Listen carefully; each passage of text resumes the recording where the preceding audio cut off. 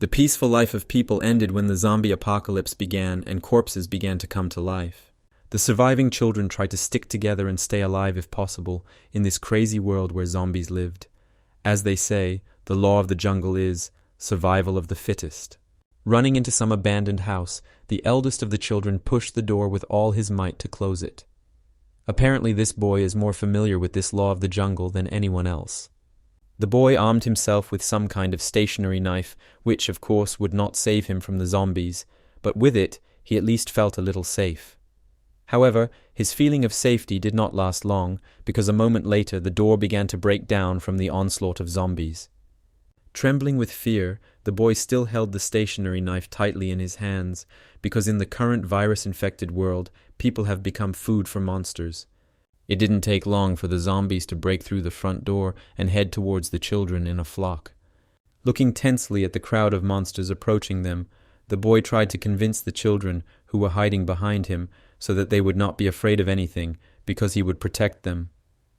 Suddenly, out of nowhere, a man appeared, who in an instant got rid of this entire crowd of monsters. The man who destroyed a bunch of zombies in one go looked like an angel in this hell. The boy at that moment thought about what would happen if only the strongest survived. The hero who saved these children was dressed in strange clothes, more like golden armor. The boy looked at the long-haired man with some hope. "Everything will be fine now," said the hero who saved them, giving hope to the children with these words. Now this boy's goal is to become a warrior and follow the path of light, but his teacher had a different opinion of him, shouting that he would never become a warrior. The same opinion was held by the older boys, who mocked the grown boy, saying that the feeble-minded fellow was still there. There was another unpleasant situation where the guy, trying to save his brother, asked his elders for help, asking them to take them too, because the red-haired one could still be saved. But the second guy categorically replied that they would never take an infected person with them because he could suddenly turn into a zombie. The boy has endured all the ridicule, contempt, and hostility time and time again until one moment, so now he swears that he will change his fate despite the will of heaven. Suddenly, a notification came about the change of the system and that his current rank is warrior. Taking the weapon out of his system pocket, the young man rushed into battle with confidence in his abilities. With just a few swings of his sword, he cut down a couple of monsters approaching him without blinking an eye, and he cut off part of the head of a particularly huge mutated zombie with one movement. With another blow, he knocked the monster out, which was equivalent to death. The guy noticed that the more he defeated various evil spirits, he only became stronger every day. Notifications from the system continued to arrive, informing him that he had already reached the rank of Furious Warrior. With each defeated monster, the system notified him of a change in rank to Black Mage. Throwing himself at all the monsters without fear in his eyes and having self-confidence, he easily defeated them. The system did not stop notifying about the change of title to Scientist of the highest degree. The guy decided that he would change his fate, despite the will of heaven, because only God can look down on all living things. Even during the zombie apocalypse, part of the city still worked as if there was no virus or infected people. In this part of the city, there was an academy for training so-called Punishers, who were supposed to destroy monsters. On his teacher's desk was a written refusal to try to awaken the abilities. The boy begged the man to give him one last chance. He only silently took the documents with the refusal and hit the young man, as if to say that there would be no other chance. Getting up from his chair, the man said in a calm tone that he had already tried to awaken his abilities 6 times, but to no avail. "You will never become a warrior," the dean of the Warrior Academy shouted, frowning. The man was a B-rank warrior, and had also previously been a member of the scientific research team. Our main character was named Lin Wengxing. He was 17 years old, and naturally, he did not have any rank yet. The guy finally lost his nerve and left the building. He felt like a complete failure, because no matter how hard he tried, he didn't pass even on the 6th try. Lin Wengxing even began to think that he was not destined to become a warrior. Suddenly, out of nowhere, a book fell on his head, hitting Lin Wengxing painfully. "It hurts," the guy said, raising his voice and rubbing his long-suffering head. Raising his head to the sky, he saw a redhead who, using his abilities, was flying. Lin Yutao raised his fingers and greeted the boy. The red-haired boy was Lin Wengxing's younger brother, 16 years old, and had already received his title, Rank C Wind Style Master. Lin Wengxing smiled when he saw his brother. The lowest rank for warriors is F rank. Lin Yutao was promoted to C rank immediately after waking up, and he was still a minor, a genius. What else can you say? Sitting next to his older brother, Yutao sighed heavily, realizing that he still hadn't received his rank. While drinking water, Yutao told him not to worry, because the main thing was that the brunette had protected the red-haired boy since he was little, so now it was his turn to protect the elder. Lin Wengxing only sighed sadly at this, agreeing. Looking ahead blankly, Lin Wengxing said that he would most likely return to District 22nd in a few days. Lin Yutao looked at his brother in surprise, asking what he was talking about. At some point in 2050, the entire world was overrun by zombies infected with the Z virus. Only warriors can fight them, people who have abilities. If you prove yourself, you will gain access to the City of Horizon. Those whose abilities have not awakened are called privates and are expelled from the academy upon reaching adulthood. Suddenly, Lin Wengxin's attention was drawn to a girl standing nearby. When he saw Zilan, the guy for some reason blushed, as if he was seeing the girl in person for the first time. Raijik, without wasting time, raised his hand and shouted to the girl that they were here. Lin Wengxing blushed even more and nervously asked what he was shouting about. Zilan smiled at them warmly.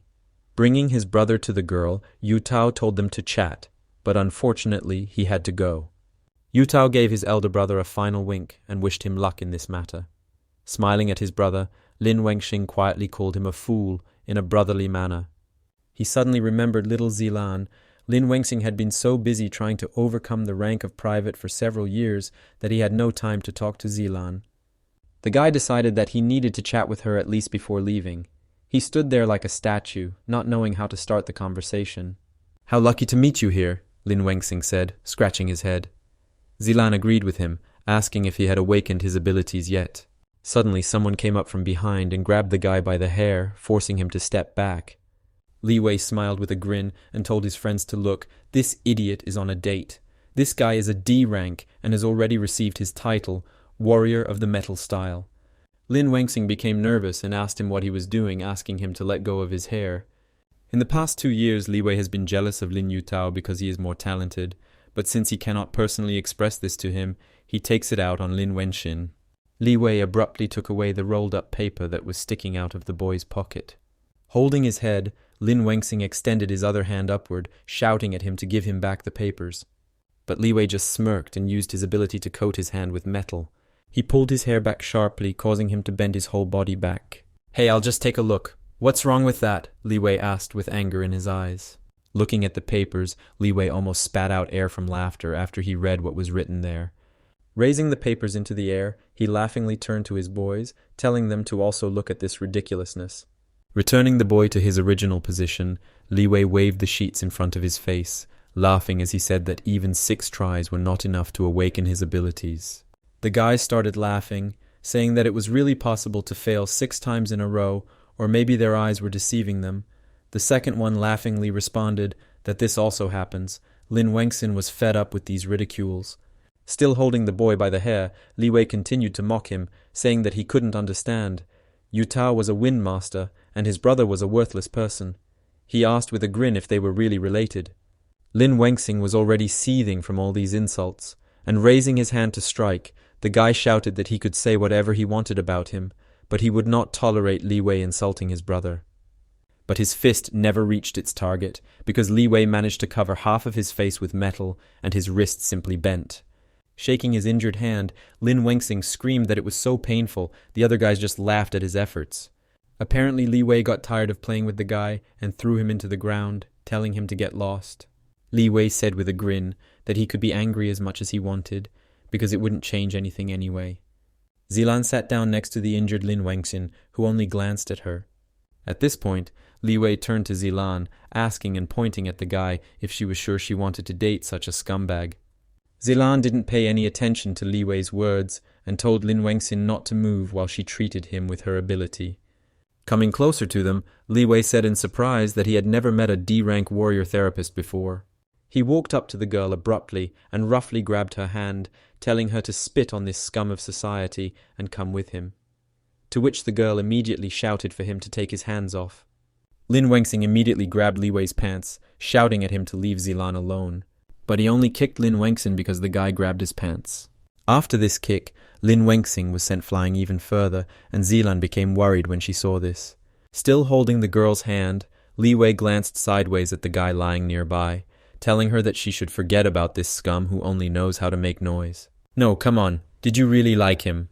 Li Wei asked the girl, still holding her hand tightly. What Li Wei didn't know was that someone was already watching them from the air. The stranger said that he was giving him a few seconds to let go of Zilan. Li Wei couldn't understand what this oppressive feeling was. A few moments later, the guy flew away from the girl, crashing into the wall of some building. Lin Yutao appeared in front of them, hovering above them in his cloak. Did he steal it from Doctor Strange or something? Seeing Lin Yutao, Li Wei frowned, not expecting to see him right now. Lin Yutao looked down at them with a frown, clenching his fists. "I give you a second to disappear from my sight," Yutao said, looking menacingly at them. Li Wei raised his hands in surrender and deactivated the ability, saying that they were just having fun. Waving his hand at his guys, Li Wei told them to leave. They just spat on the ground, showing that they were extremely unhappy, but could do nothing about it. After landing on the ground, Yutao asked his brother how he was. Lin Wengxin had already half stood up and was preparing for something. Standing up straight to his full height, Lin Wengxin drooped his shoulders, saying that it was okay. He just wanted to be alone with himself for a while. Lin Yutao tried to stop his brother, but he had already started to leave without saying a word. Lin Wengxin switched from walking to running. He understood one very important detail of this world. There is no place for the weak in this world. Only the strong survive. Didn't I swear to become strong and protect them? The guy turned to himself internally. Lin Wengxin gritted his teeth and tried to understand why he was the only one who was of no use. Having entered the tower, he climbed to the very top and began to think rationally, because following the lead of the pity party is not a solution, so he needs to do what is in his power. Suddenly he noticed that there was some kind of commotion brewing a few buildings ahead, and that a huge cloud of dust had risen. Just by noticing one huge claw, Lin Wengxin already understood what kind of monster had appeared there. In 2050, the entire world was overrun by zombies infected with the Z virus. They are extremely tenacious and ordinary weapons are no match for them. Only warriors with special abilities can resist them. But even with a large number of warriors, people are unable to defend their lands, and the reason for this is mutants. Heading down the stairs, Lin Wengxin understood that there could be no mistake. It was definitely a mutant. Having descended, the guy noticed that quite a lot of people had already died. Frowning, Lin Wengxin clenched his fists as he looked at all these dead bodies. This meant only one thing: they were already very close. Suddenly he heard someone calling for help. Turning around, the guy saw Zilan lying on the ground. And also the zombie, who was walking towards them both from behind. He walked slowly but confidently. Lin Wengxin immediately realized that the girl was in danger, and looking around, he accepted the sad news. There were zombies everywhere, and he was not a warrior. Perhaps this would be his end, but it was unlikely. He was the main character after all. The girl was about to become infected by the zombie, but for some reason she didn't feel any pain, and opening her eyes, she saw that Lin Wengxin had stuffed the zombie's face with some kind of log, somehow holding it back. Zilan stared in surprise at Lin Wengxin, who was barely holding back the zombie. But the log naturally couldn't hold the zombie back for long, and it was easily bitten through. When the zombie pounced on Lin Wengxin, he couldn't even move because this zombie was too strong. Zilan began to ask for forgiveness for something, probably for the fact that she could not help in any way. Lin Wengxin, barely holding back the monster, shouted at her to run away from here, since he would not be able to hold it back for long. In the end, the zombie raised its head to bite the guy, but someone cut off its head just in time. Lin Wengxin looked at the zombie's head rolling away in confusion at first. Yutao and Li Wei ran up to them. Lin Yutao asked them if they were okay. "Oh, so you're the ones having fun here. Too bad I had to waste time to finally find you scum," Li Wei said as he approached them. Yutao crossed his arms and said that the zombie's defense had been breached and the zombies had invaded. Lin Wengxin added that he had recently seen a mutant zombie. This news shocked the others, and they stared at the guy in disbelief. Li Wei immediately attacked him, telling him not to talk nonsense, because how could a mutant be there? Lin Wengxin looked at him sternly, saying that although it was hard to believe, but he was telling the truth because right in front of them, several dozen meters away, was a real mutant. Li Wei then asked what they were waiting for and why they weren't running for cover. To which Lin Wengxin shouted that he couldn't run for cover. Li Wei turned to him and angrily asked him what he had just said. Lin Wengxing spread his arms out to the sides and replied that they couldn't run to the academy, they had to run on the street. Li Wei immediately grabbed him by the chest, raised his hand to hit him, and said that he simply decided to kill them all.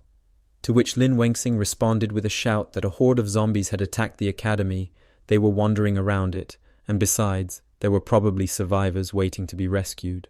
Looking stubbornly at the guy, Lin Wengxing said that the zombie horde led by the mutant would first attack places where people gathered.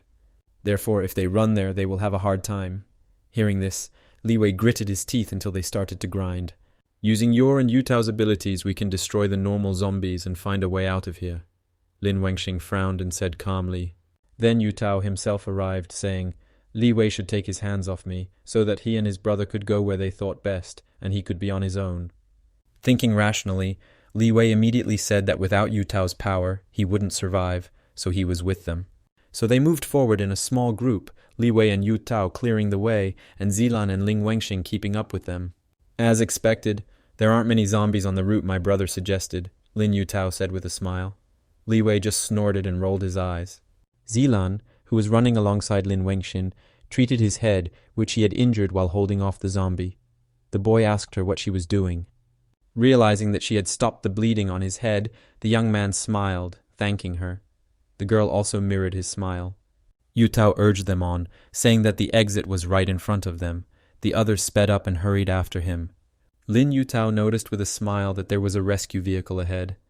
Looking at his brother with a smile, Yutao said that in a critical situation, his brother would always find the right solution. Lin Wengxing also smiled, realizing that even if he was not a warrior, he was still good for something.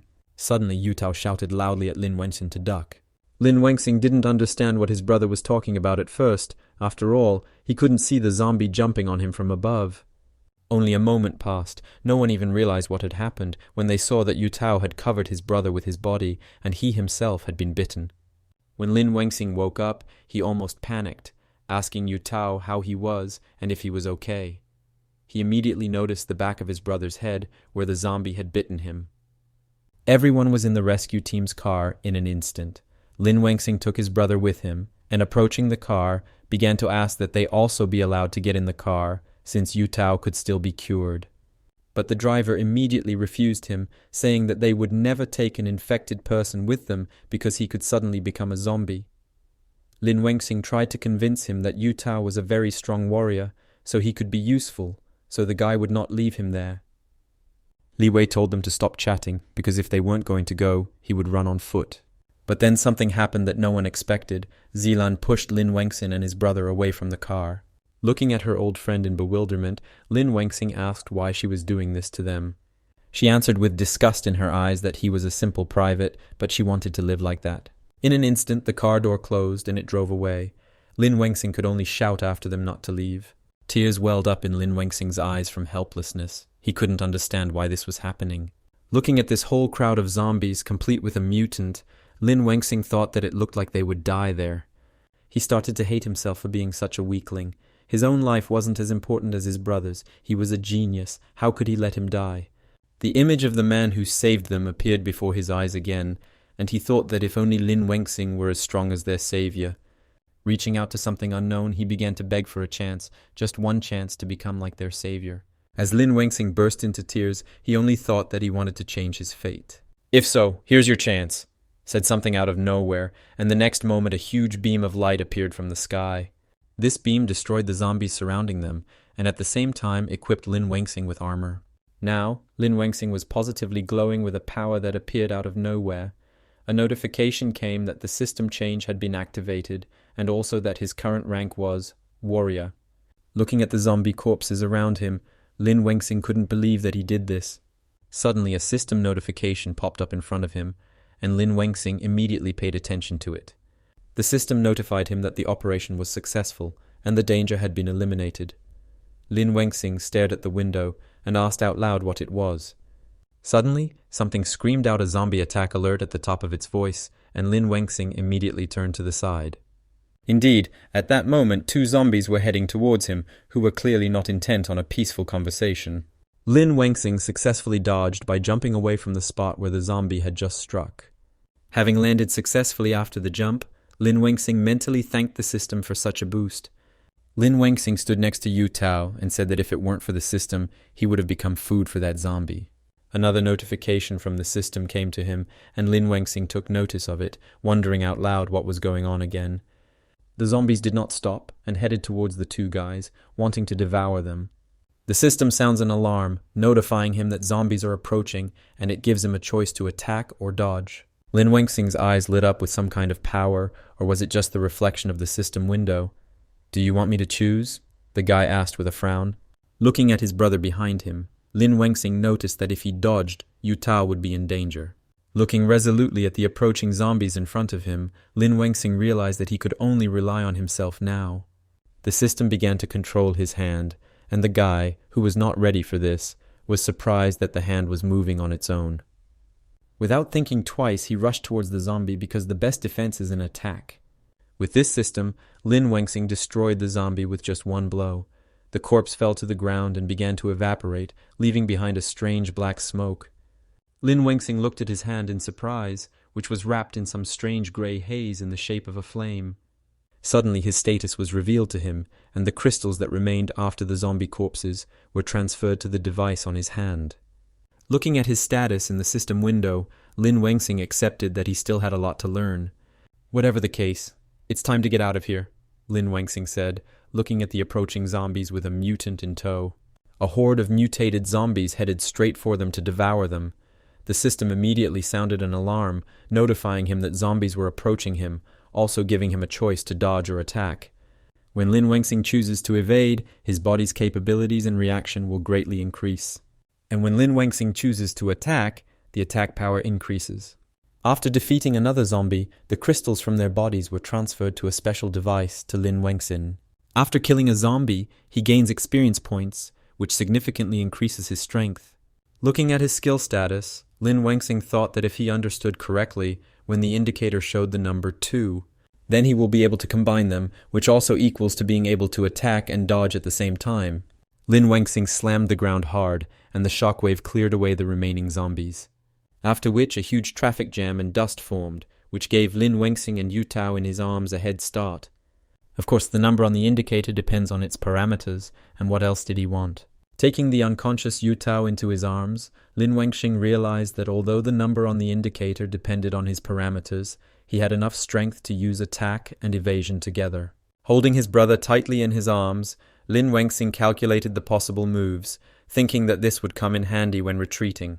The experience point indicator finally reached the second level and showed 2. The weather wasn't exactly bad, but it wasn't good either. Lin Wengxing and Yu Tao hid behind a half-abandoned building. Having put his brother down next to him, the guy sat down to rest a little, thinking that he had finally broken away a little. "We need to take Yu Tao there as soon as possible," Lin Wengxing said, looking at his unconscious younger brother next to him. But the mutant got them here too, although it seems that they went far enough for him not to find them so quickly. As soon as the mutant extended its paw towards them, the system did not stop beeping about the danger. Lin Wengxing said that things were extremely bad for them. The system then called out that beam of light again. The zombies that were near the academy were supposed to be killed by high-ranking warriors, which is basically what happened. A fairly large group of warriors arrived at the scene. Li Yun, a warrior of a rank, having looked at almost everything, said that everything there was also quite sad. One of the warriors who was under his command approached him and reported that everything was calm on the territory of the academy. Currently, only normal zombies have been spotted, no sign of mutated ones. The guy with glasses said, pointing at the zombie that the second warrior was holding by the head. Turning around, the captain asked them if there were any survivors in the academy. The guy in glasses immediately answered that there were none, but he was unable to inspect the inside. Looking at one of the towers, Li Yun said that they needed to find the source of the disaster as soon as possible, because it couldn't be allowed to get close to the horizon. The blonde guy who was holding the zombie's head squeezed it hard, destroying the monster. Suddenly, a pink-haired girl from the squad came running from the side of the buildings, saying that there were survivors there. Lin Wengxing was lying with Yu Tao in some strange hole, and his brother was apparently already in the process of infection. Having woken up, the boy put his hand to his long-suffering head, but then suddenly noticed that his brother's eyes had turned red. After a quick inspection of Yutao, Lin Wenxing noticed that he had a high level of infection, but fortunately he was not injured. Thinking back to the attack he had made some time ago, Lin Wenxing thought that it was good that he had managed to activate the enhancement at that moment. Otherwise the zombies would have torn them to shreds. Turning his gaze back to his infected brother, the boy thought that he needed to be taken to the hospital as soon as possible. Suddenly the pit they were in was surrounded by a squad of warriors who were searching for survivors. The guy in glasses pointed a gun at the guys like everyone else in the group, shouted for them not to move. Seeing them, the hope of saving his brother was once again kindled in Lin Wenxin's heart. "If he understands our speech, it means he is healthy," Li Yun said, looking at the guys who were lying in the pit. Judging by their vests, they are from a squad of warriors. Lin Wenxing mentally identified the people who had arrived. The guy would have tried to explain who they were, but he was rudely interrupted, not letting him finish. The captain of the warrior squad said that they must first answer a question, because it depends on whether they will pull them out or not. "Have you been bitten?" Li Yun asked, looking intently at the guys. Lin Wenxing sighed heavily, noticing the coldness in his gaze. As he began to rise to his feet, the boy realized one important detail. It was useless to lie to these guys. Rising to his feet, the young man confidently declared that he himself was safe, but his younger brother had been infected. Li Yun also stood up, telling the guy that if that was the case, then he should leave him in the hole and get up himself. Lin Wenxing began to contradict him, saying that his brother could still be saved, and besides, he had savings, so once he reached the horizon, he would be able to cure him. But he was interrupted by that guy with glasses, shouting at Lin Wenxing not to be stupid, because the cure for the infection was very expensive, and besides, you had to be an A-rank warrior to help contain the infected, otherwise it would eat you up. Moreover, if this guy is still resisting the virus, he must be strong, the same guy noted, looking at the red-haired guy. The guy with glasses explained that when a strong person becomes infected, the likelihood that he will turn into a mutant is high. Pointing the weapon at the infected man, the young man told him to step back, otherwise he would finish him off too. Lin Wenxing glared at the warrior in the squad because they didn't even want to listen to him, but he couldn't leave Yutao there. Opening his status in the system window, the guy gloomily realized that in this case, he would have to fight them. It's at this very moment that the skill slots are empty, damn it. Lin Wenxing suddenly noticed something strange in the system window. It looked like someone's location. The guy in glasses suddenly screamed, asking what he was doing, to which the girl said that the deputy captain was too cruel. The guy also loudly told the girl in response that if they just stood there, they would miss the mutant. Hearing them talk about the mutant, Lin Wenxing once again turned his attention to the strange beacon that was marked in red on the virtual map. So putting two and two together, the guy realized whose location it was and shouted to the squad of warriors that he knew where the mutant was. But first he set his conditions, that they would leave his brother alone in exchange for the young man helping them find the mutant. The captain's deputy immediately shouted and asked what kind of nonsense he was talking. Li Yun remembered his sister, who was apparently sick with something. The captain got straight to the point, asking if they had ever encountered a mutant, since there were signs of a battle and a deep wound. Lin Wenxing confidently replied that he did, looking intently at the squad of warriors. "Okay, I believe you," Li Yun answered, putting his hands in his pockets. The guy with glasses was very surprised by such an answer. The man frowned and said that it was his decision as captain. Li Yun addressed the youths in the pit, telling them to take them to the mutant, starting to say that if the infected showed aggression along the way. But Lin Wenxing finished for him, sullenly saying that in that case he would kill him himself. The captain smiled at the result, thinking that it would be like that right away. Having pulled them out of the pit, the deputy captain asked in which direction the mutant had gone, warning that if he lied, he should expect no mercy. Looking at the virtual map again, Lin Wenxing began to think the blue dot was moving at the same time as him, which meant that the monster shouldn't be that far away. Having thought over his answer, the guy confidently pointed towards the academy. Lin Wenxing said that the mutated one was still in the academic institution. Using her powers, the pink-haired girl reported that 195 was directly in front of them and 77 was to the southeast. Tracking the zombies' directions, the girl said that there were 97 zombies heading from east to west. Suddenly noticing something, the pink-haired girl frowned, staring somewhere. Looking down from some elevated position at the approaching zombies, she said that things were bad, as there were no survivors left in the academy. Looking at this crowd of zombies, Lin Wengxing frowned and said that there were too many zombies, so they should call for reinforcements. Li Yun scratched his head and said that there was a problem. The girl asked the captain what his orders were. Turning to two guys from the squad, Li Yun said that this time the cleanup was on them. Lin Wengxing stared at the squad of warriors with his mouth wide open. The fair-haired boy, immediately after the captain's order, began to use his abilities, covering his entire body with strong steel. Jumping off the building, the guy headed straight towards the huge crowd of zombies. He flew through some zombies very quickly and destroyed some of them. Slowing down, the boy placed his hand on the ground as a support, landing. Suddenly, one of the zombies grabbed the blonde guy's hand, intending to bite him. But just as it was about to bite, its teeth broke on his iron-coated hand. The boy easily threw the interfering zombie aside, watching another zombie approaching him. The blonde boy formed a weapon using his ability. He slammed his hammer into the ground with force, destroying most of the zombies. Watching this battle from the building, I was more and more amazed by his skills, saying that his huge body mass does not make him less fast and agile. The boy swung that huge hammer again to finish clearing out those zombies. But suddenly, the zombie's hand stopped his hammer, and the blonde man stared at the monster in surprise. Lin Wengxing seemed to immediately recognize the zombie that was once a human. Lin Wengxing directly said that it was the dean of the academy who was confronting the warrior from the squad. Having looked closely at the dean, the guy said that if he was not mistaken, then the teacher's ability was quite good. Suddenly, the hand that was holding the blonde guy's hammer began to change shape, adding mass to itself. The zombie itself also began to change, adding muscle mass to its entire body. Lin Wengxing said that the dean's ability increases muscle mass. After using the ability, the zombie eventually became mega huge.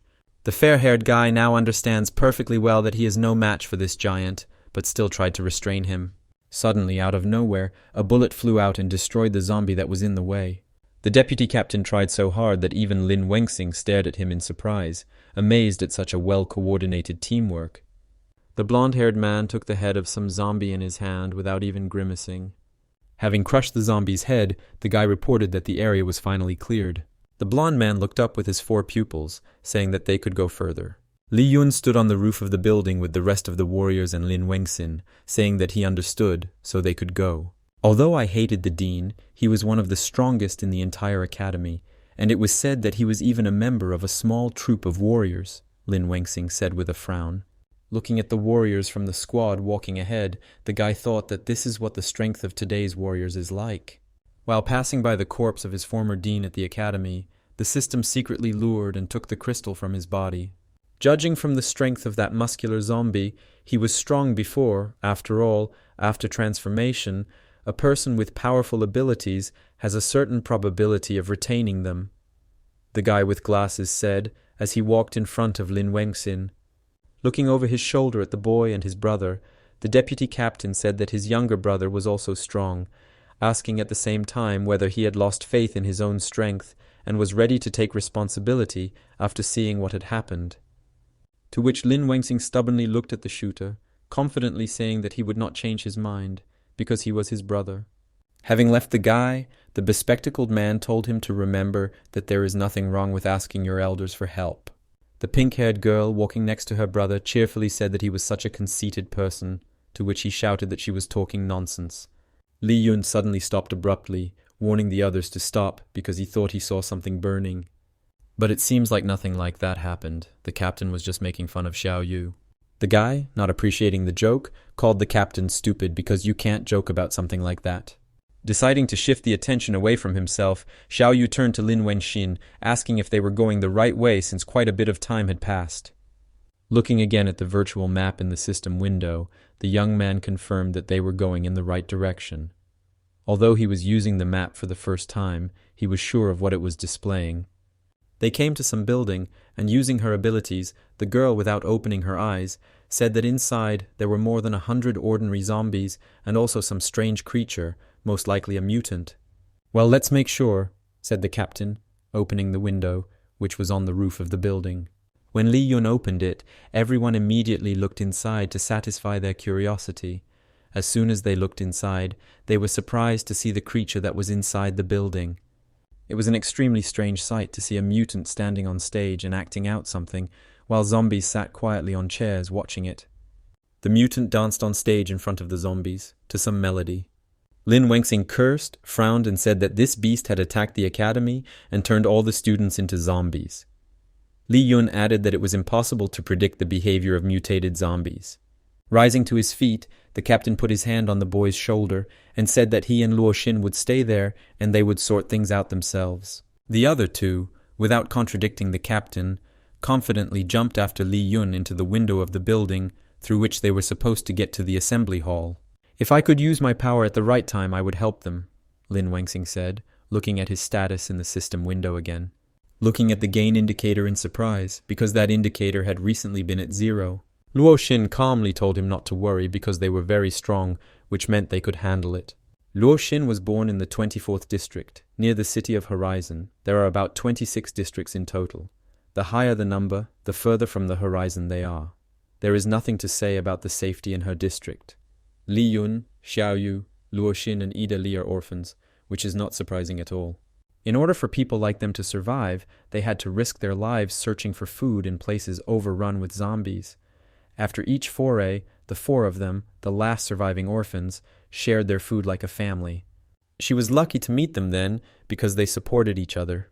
But she was too naive. She didn't understand that sooner or later luck could turn away, and when it happens, only strength will save their lives. They have long since learned this life lesson that only force can protect people. And nothing more, this lesson is already ingrained in their heads, so now strength is very important. After landing, Xiao Yu began shooting at the zombies with both machine guns, sparing no one. Ida Li also used his ability, crushing the zombies' skulls over and over again, thus destroying them. The mutant was about to attack, but Li Yun easily cut off his head, not allowing him to make a move. Standing near the mutant's body, Li Yun looked at him over his shoulder, saying that they were stronger, so they decided. Lin Wengxing was amazed that they could easily destroy such a strong mutant. In fact, the captain, a warrior of rank A, could have been working in the horizon for a long time since he doesn't want to leave us. The girl started the conversation but didn't finish. Suddenly flustered, Luo Xin said that she seemed to have said too much, but Lin Wengxing realized almost immediately that she must like that man with the beard. To change the subject to something safer, the girl suggested going down to the rest of the warrior squad before the guy started making fun of her. When they descended with the help of Luo Xin's ability, the others had already completely cleared out the academy's territory. After landing, Lin Wengxing began to look around in surprise, noticing the huge amount of blue crystals that were left after the zombies were destroyed. The boy suddenly exclaimed loudly, attracting the attention of the squad of warriors. Xiao Yu must have thought that he was scared by the sight of the dead zombie students. After hearing the words of the guy with glasses, Lin Wengxing realized that no one could see these crystals except him. It seems to be a system issue, so its existence is best kept secret for now. While the boy was pondering a very important question, the captain of the warrior squad approached him. "You helped us find the mutant. As agreed, I will take you both to the medical center to request an antidote," Li Yun said, approaching the 2 brothers. The captain looked at his comrade and said that Xiao Yu was also not against it. He blushed, turned away, and replied that an agreement was an agreement, so nothing could be done. Starting to walk further, the captain waved his hand to the guy, telling him not to hesitate and to hurry after them. Lin Wengxin felt a familiar sense of security upon seeing this group of warriors. Looking at the warriors' backs, he saw there the silhouette of the man who had saved them as children. The boy saw them as kind and strong warriors, like whom he dreamed of becoming. Looking at his status in the system window again, Lin Wengxing thought that thanks to the system, once he cured Yu Tao, he would be able to realize his dream. The young man noticed that the scale was filling up due to the glowing crystals that were flying towards his hand. Lin Wengxing suddenly noticed a discrepancy. After the zombies were destroyed, crystals were hovering over the corpses, but the mutant himself did not have a crystal. Sharply turning his gaze to the mutant's body, the guy noticed that he had begun to rise to his feet, as if his head had not been cut off. Lin Wengxing shouted loudly for the captain to be careful. Li Yun doesn't understand why the guy is shouting this at him if everyone is already defeated and the zombies are destroyed. But as soon as he turned his head towards the guy, he noticed that Luo Xin was hanging in the air and her body was pierced through by the nail of the restored mutant. Luo Xin's body fell unconscious next to the guy with glasses. Xiao Yu began to panic as soon as he saw his friend dead. The young man clutched the weapon tightly in his hands, shouting that he would finish him off, but in the end, only he was finished off. Xiao Yu could only make one last appeal to the captain before he died.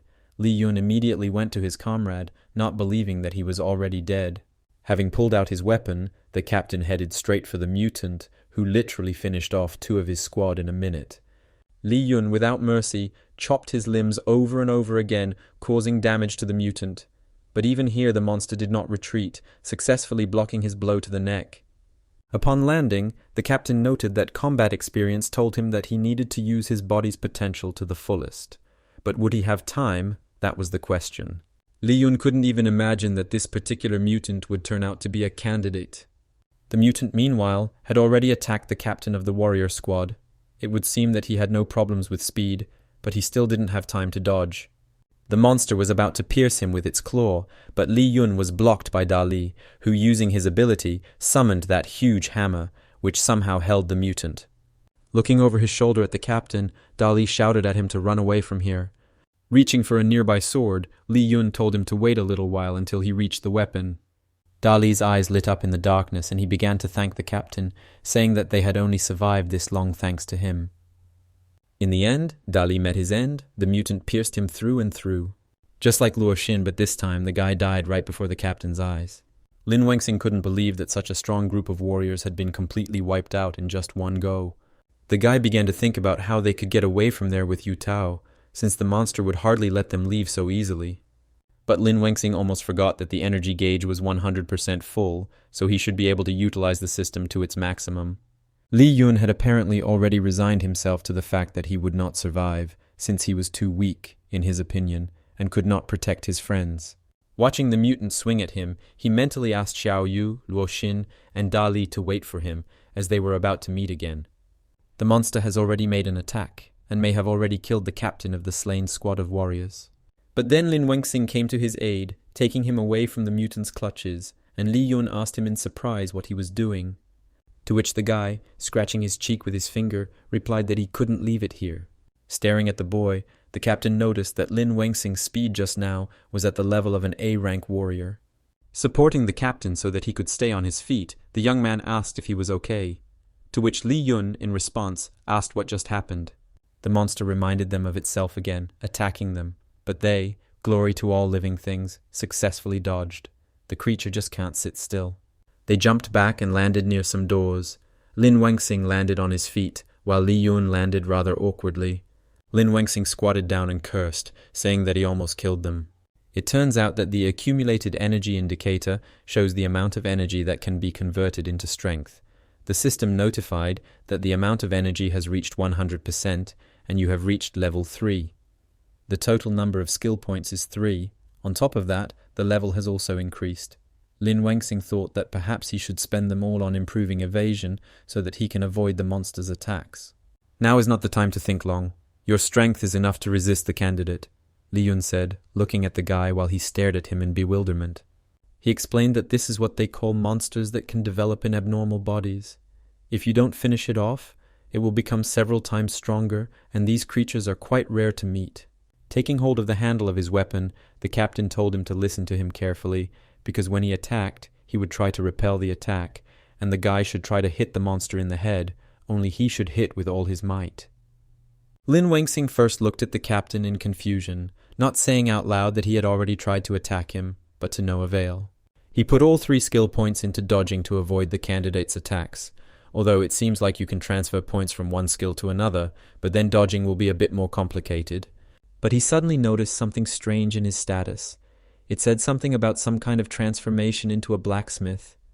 Even Lin Wengxing didn't understand what it was and why he needed it. As soon as the mutant candidate appeared in front of them, Li Yun immediately jumped to his feet, shouting to the guy that the monster was approaching. The captain began to use his ability, shouting something like, "Eyes of Truth 200%. Li Yun managed to somehow contain the mutant candidate's power, but it clearly wouldn't last long. When the captain began to use his ability, the veins around his eyes bulged, and his pupils began to glow. Li Yun loudly shouted at the boy to attack the mutant candidate. After hearing the captain's shout, Lin Wengxing immediately rushed forward, thinking that he should first set his evasion to maximum and then attack.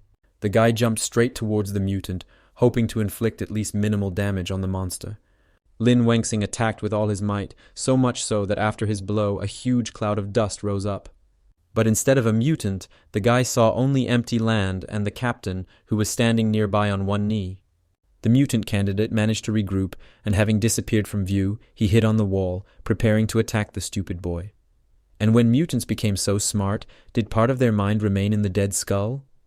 Without waiting long for the right moment to attack, the mutant candidate immediately attacked the guy who was in the air. But Lin Wengxin, glory to all living things, was intercepted by Li Yun, and he only received minor damage instead of dying on the spot. Upon landing, the boy noticed the captain's pitiful state and asked if he was okay. Li Yun replied that he was, but he had used up all his strength, so he needed to get out of there. Looking at the captain, Lin Wengxin apologized for missing the opportunity to attack. "No, it was me who made a mistake," Li Yun replied. Li Yun asked if his ability was of the strength class. The youth, not understanding the elder's question, asked again. The captain explained that a warrior's ability could be divided into 4 classes: strength, speed, skill, and energy. Typically, warriors specialize in one of them, and the others are relatively weak. Your ability also belongs to one of them, but you can only choose one class. If you don't have a warrior's weapon, you won't be able to defeat the monster. Li Yun continued to explain the basics to the guy. Lin Wengxin stared at the captain in surprise, as if he was hearing about this for the first time. He pointed to his sword and said that, like his sword, the weapon gives him additional power that compensates for the shortcomings of the warrior's ability. But now he can't get the weapon because it must undergo the appropriate rituals. The young man suddenly remembered that strange button for transforming into a blacksmith. But if the transformation failed, then he would have to run away, taking Yutao with him.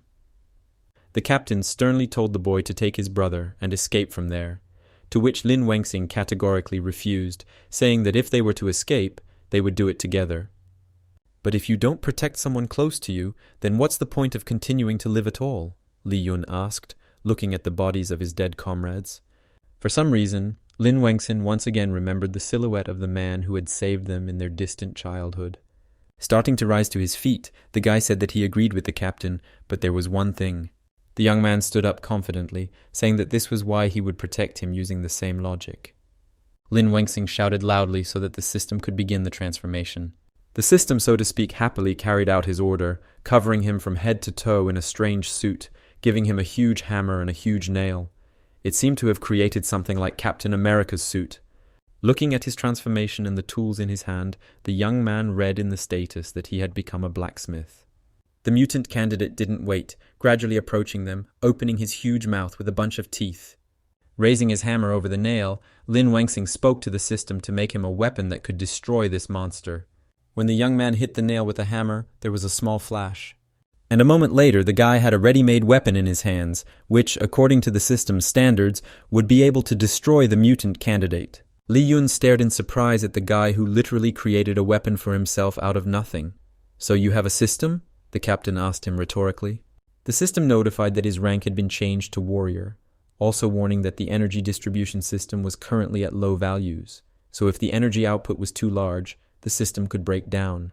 After reading the warning that the system might crash, Lin Wengxin knew he only had one chance, so he headed straight for the mutant's mouth. Confidence played in his eyes, because the young man understood that a mistake was unacceptable here. So he made a huge swing with his sword towards the mutant candidate's mouth. This time the mutant will definitely not rise from the dead, since Lin Wengxin did not just cut off his head, he cut him in two. Rejoicing at the mutant's death, the boy's sword went back into the system. "It seems I did the right thing by choosing dodge. The combination of high-speed dodge and a powerful weapon is capable of killing mutated zombies." Li Yun wondered if he had imagined that just a moment ago the boy's strength and abilities had changed. Meanwhile, a red crystal fell out of the mutant's body. And without a second's thought, the system lured it to the guy's hand, and he, from the sudden addition of the crystal, felt severe pain in his hand. The system also didn't forget to notify him that his level had been raised to level 4, so the mage title was now unlocked. As he lost consciousness, Lin Wengxin only managed to say that was it, realizing what the sharp pain was about. As soon as the young man fell to the ground without strength, the captain immediately ran up to him, asking if he was okay. Slowly coming to consciousness, the guy began to slowly open his eyes, at first not even understanding where he was. It even seemed to him that he was at home. Opening his eyes, he saw in front of him, alive and well, his younger brother, who, approaching him, asked if he was awake yet. Without really waking up, Lin Wengxing immediately grabbed Yu Tao by the shoulders, loudly asking if he was okay, to which the guy replied that he was okay. But a moment later, the living and healthy brother turned into a zombie who, reaching out to him, said that he could not save him. Hearing this, Lin Wengxing screamed loudly in horror, filling the entire hospital. The guy woke up from a nightmare in the hospital, all sweaty, from the whole nightmare he had just seen. Trying to calm down, he put his hand to his head, quietly saying that it was just a dream. The captain sitting next to him asked how he was feeling. Lin Wengxing saw him near the bed and cried out loudly. The boy became agitated and almost calmly asked Li Yun what he was doing in his room. "Who do you think brought you here?" the man asked him, getting up from his chair. Li Yun said that they were in the hospital of the 1st District because he lost consciousness after the fight. 3 days had already passed since then. Suddenly remembering his infected younger brother, the young man asked for him and where he was. Heading towards the exit of the ward, the captain said over his shoulder to the boy to follow him. As they walked down the corridor, the nurses and doctors whispered that the one with the sword was the only one of the entire squad to return. Walking slightly behind the man, Lin Wengxing smiled and remarked that he was quite famous there, to which Li Yun calmly replied that it was thanks to the guy. Not understanding how he had helped him, the young man looked at the captain walking ahead with a question in his eyes. Having walked only a short distance, they found themselves near a door to a ward, near which stood an armed man. The soldier, seeing the captain, sharply raised his hand to his head, saluting. The man, passing into the ward, said to the freely armed soldier. Lin Wengxing, under the man's watchful gaze, followed the captain inside. Having already entered someone's room, Lin Wengxing frowned, staring at something or someone in surprise. Before his eyes appeared a picture where behind the thick glass on the other side of the room, under a huge number of tubes, was Yu Tao, lying on a hospital bed. Quickly arriving at the glass, Lin Wengxing turned back to the man and asked how his younger brother was. Li Yun advised him to calm down, saying that he had used the best medical supplies in the county. Although he was still in a coma, the mutation rate was stable. Hearing this, the boy thanked the captain, to which he replied that this was temporary, since the medicines were not from Horizon and at best could only stop the infection. Li Yun also warned that once the treatment stopped, his brother's condition would quickly worsen. If you want to save your brother, you need to go to Horizon and become a professional warrior, the captain added, speaking about the condition of the infected. Lin Wengxing realized that he needed to obtain a rank higher than Captain Li and no lower than A rank. Although this was previously a distant dream for him, now that he has this system, it will be a piece of cake. As an A-rank warrior, I can recommend you to take the qualification exam, the man said, looking straight at Lin Wengxin. Lin Wengxin couldn't believe his ears and asked if it was true. Coming closer to the guy, Li Yun set a condition that before this he must tell him about his strange power. After leaving the room that Yu Tao was currently in, they approached an arrow on the wall of the hospital that indicated that the medical department was on the right. Leaning his back against the wall, Li Yun said that it was incredible. Apparently the boy had already managed to explain about his ability, while also managing to change his clothes. From Lin Wengxin's story, the captain realized that he had a system that could not only change the parameters of his abilities, but also enter into various ranks to manage his skills. I was surprised too. In theory, skills are divided into control, release, transformation, and spirituality, and all of them are incompatible, answered the captain's question boy. Having withdrawn into himself for a moment, the man thoughtfully said that this was quite possible. Li Yun said that it had been 20 years since such cases had appeared, and even as an A-rank warrior, he knew little about it. Looking at some tower, the captain said that all information should be kept at the palace of the elders in Horizon. Putting his fist to his lip, the man again thought about something important. Looking at the guy again, Li Yun said that the qualification exam in this area would be held in exactly 1 week, so he advised him to take part in it first. Once again, looking at the system window, Lin Wengxing wondered if he would be able to master this strange system, but for Yu Tao's sake, he had to be able to do it. The week passed unnoticed, and now the day for the qualification exam has arrived. Quite a lot of people have gathered near the Warrior Association. Walking next to the captain, the boy noticed that there were quite a few people there who wanted to take the exam, to which Li Yun replied that those who came had received recommendations for promotion, so their strength should not be underestimated. Looking at the boy, the man asked if he had mastered his ability well. Lin Wengxing replied that a week of practice had helped him master the system a little. Saying that it was excellent, Li Yun filled it up for him so that he would not forget what they had talked about before. The young man remembered that the captain had told him not to tell anyone about the system because the chain of relationships within the association was very complex, so it was better not to attract unnecessary attention. Suddenly, hearing the painfully familiar voice again, Lin Wengxing stopped in horror. Frowning, the young man turned to the traitors, at the same time thinking about how to behave with them. Li Wei shouted loudly, why was he still alive and well if they left him there to die? Zilan was mentally amazed that the guy had no chance of surviving, but he was standing in front of them, alive and well. Using his ability, Li Wei swung at Ling Wenshin, shouting that someone like him came to take the exam. This must be a joke. But Lin Wengxing was also no pushover, so he easily stopped his attack this time with just one hand. Li Wei, after stopping his punch, felt a very strong pain in his arm, so much so that he even fell on all fours. He tried to understand what kind of strength Lin Wengxin had, and what he was made of in general. At this point Zilan intervened and began to justify herself, saying that she had to, so to speak, throw him out of the rescue vehicle. But the guy didn't even listen to her stupid excuses, because she had already shown her true self, so he just walked past her.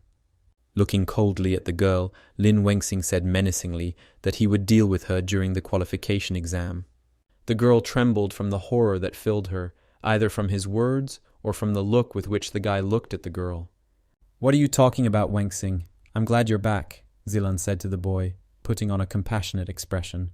She blushed a little and looked away, saying that she had been worried until now, worried about whether he would make it out alive. She said that they could try again. Lin Wengxing fake coughed and asked if she had the courage to ask, to which the girl cheerfully asked what exactly she should ask. Looking coldly at the girl again, the young man asked if she had the courage to ask where Yutao was now. After mentioning Lin Yutao, Zilan suddenly fell silent, quickly thinking about what to say.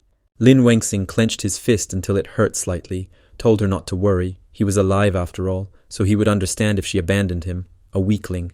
Looking at her again with an icy expression, he said that he would never forget that she abandoned the injured Yutao. As he passed by the girl, he said that it was unforgivable that she left the wounded Yutao there. Captain Li, let's go, Lin Wengxing said as he walked up to the man. Li Wei turned to Zilan and, shaking his sore hand, said that the guy must have had a hard time. But when he looked at the girl, she was radiating some strange and dark energy. He won't forgive? How dare he talk to me like that? Zilan asked angrily. She bit her nail so hard that it started bleeding. The girl kept saying that he would pay for it. It looks like the first part of the exam took place on the track, and it's clear that no one complained, because physical strength is a huge plus. Indeed, it is obvious why warriors are tested to determine their physical abilities. Before entering after the examinees, Li Yun stopped, saying that he could not go further with him. The captain explained that the recommendation test consisted of 2 parts. The first was a test of physical ability, the second was a test of his abilities. When the man said that it was forbidden to use abilities in the first stage, Lin Wengxing was very surprised. Looking at those running ahead, the young man thought that this is what they are like, the best of the best. Even without abilities, they run very fast. Looking at his status in the system window, Lin Wengxing thought that although he had a system, he still needed to pass the test on his own. He accidentally looked to the side and suddenly noticed something or someone. It was a blonde girl who was running nearby. Seeing her, the guy thought that at least he was not the only one. The young man smiled at his thoughts, looking at the girl, who, noticing such attention to her person, blushed and, frowning, said that she had already overtaken him by 1 lap. Returning her attention back to the track, the blonde said that if she were in his place, she would have already given up everything. Lin Wengxing frowned when he heard her opinion that she would have given up on everything already since she wasn't in his place. Besides, now he is responsible not only for himself. Thinking about this, the guy sped up, overtaking the blonde. Seeing this, the girl only smiled, thinking that he was still full of determination. Lin Wengxing leaned on his knees, breathing heavily after running for such a long time, and yet he barely made it. Looking at the other guys taking the exam, the guy couldn't understand what was wrong and why he was the only one who was exhausted. Then something cool was suddenly brought to his face, and the guy didn't even immediately understand what it was. The boy jerked and cried out that it was cold. The blonde girl just laughed, holding a bottle of cool water in her hands. Holding his cheek, Lin Wengxing looked at the blonde skeptically, asking what she was doing. to which she simply replied that she had brought something to drink. Having thanked the girl, the young man took the water and began to quench his thirst. The girl, crossing her arms over her chest, frowned and said that she had not expected him to run. The blonde also smugly added that unfortunately he was the last one to arrive. The girl became serious and said that it was his own fault, since many masters of sports took part in this test. There's even Zhao Lin from the 2nd district here. He was trained as a first-class warrior and graduated from the academy with top marks, the blonde said, pointing at one of the guys. Also present was Feng Yufan, a boy genius from the 3rd district, whose abilities and education were at the highest level. On top of that, there was also a rising star, Zhou Jiqiang, who had once been part of the fighting squad. Frowning, the blonde said that it could be said that this time, everyone who came to the exam was the future elite of Horizon.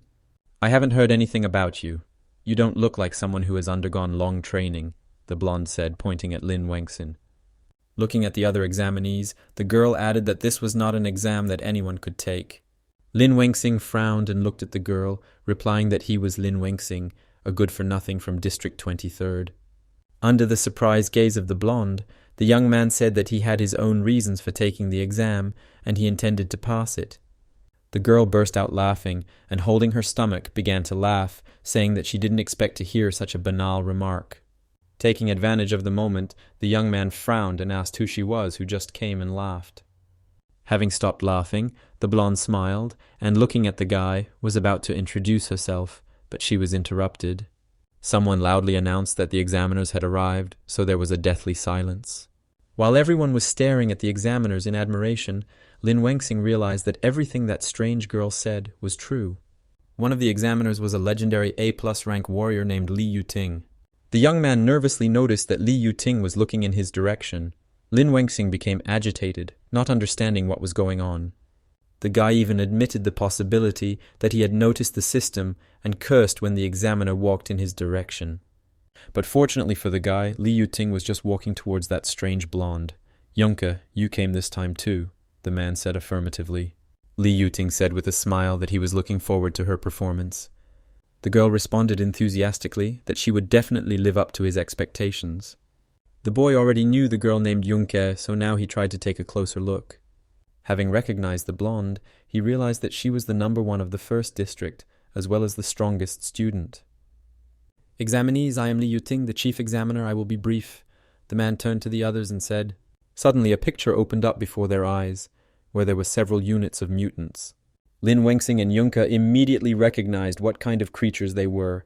They looked at the mutants with caution. Li Yuting spread his arms out to the sides and said that the second test was to clear out all the zombies behind him within the allotted time. The other test takers became alarmed when the boy said out loud that it meant they would be fighting zombies. Lin Wengxin turned back to look at the captain, who had not warned him about this. The guy transmitted telepathically that didn't he say that a rather simple pseudo-battle awaited him. The man also answered telepathically and innocently that he himself did not know, but the captain's expression did not change at all. Li Yun wondered who made Li Yuting, the unrivaled monster among warriors, the examiner. The above-mentioned one sneezed several times, saying out loud that it seemed like someone was scolding him. Addressing the test participants, Li Yuting said that forcing them to fight with bare hands would be child abuse. "So put this on," said the fair-haired examiner, snapping his fingers. Suddenly, strange bracelets with an eerie blue glow appeared in the air above all the examinees. When this strange thing was attached to everyone's hand, Lin Wengxin said that it looked like a wristwatch. The bracelet, having activated some function, began to glow very brightly, so much so that some had to cover their eyes. Some equally strange horror began to emerge from it, covering the examinees. After being completely covered in this strange horror, armor appeared on the exam participants. As the boy understood, this was the warrior's combat gear. Some liked their new look, but Yunke thought his rabbit costume was creepy. Suddenly, a window popped up in front of him, informing Lin Wengxin that his increase rate was 3%. Approaching the examiner, the young man asked what this increase in size meant. Li Yuting explained that equipment based on his current abilities could increase his combat power, and the stronger you were, the higher the indicator. Noticing that the guy only had 3%, he asked if he had made a mistake in the exam. Lin Wengxin mentally called him a chatterbox. The examiner, with a sly smile, said that usually the increase rate is about 10%.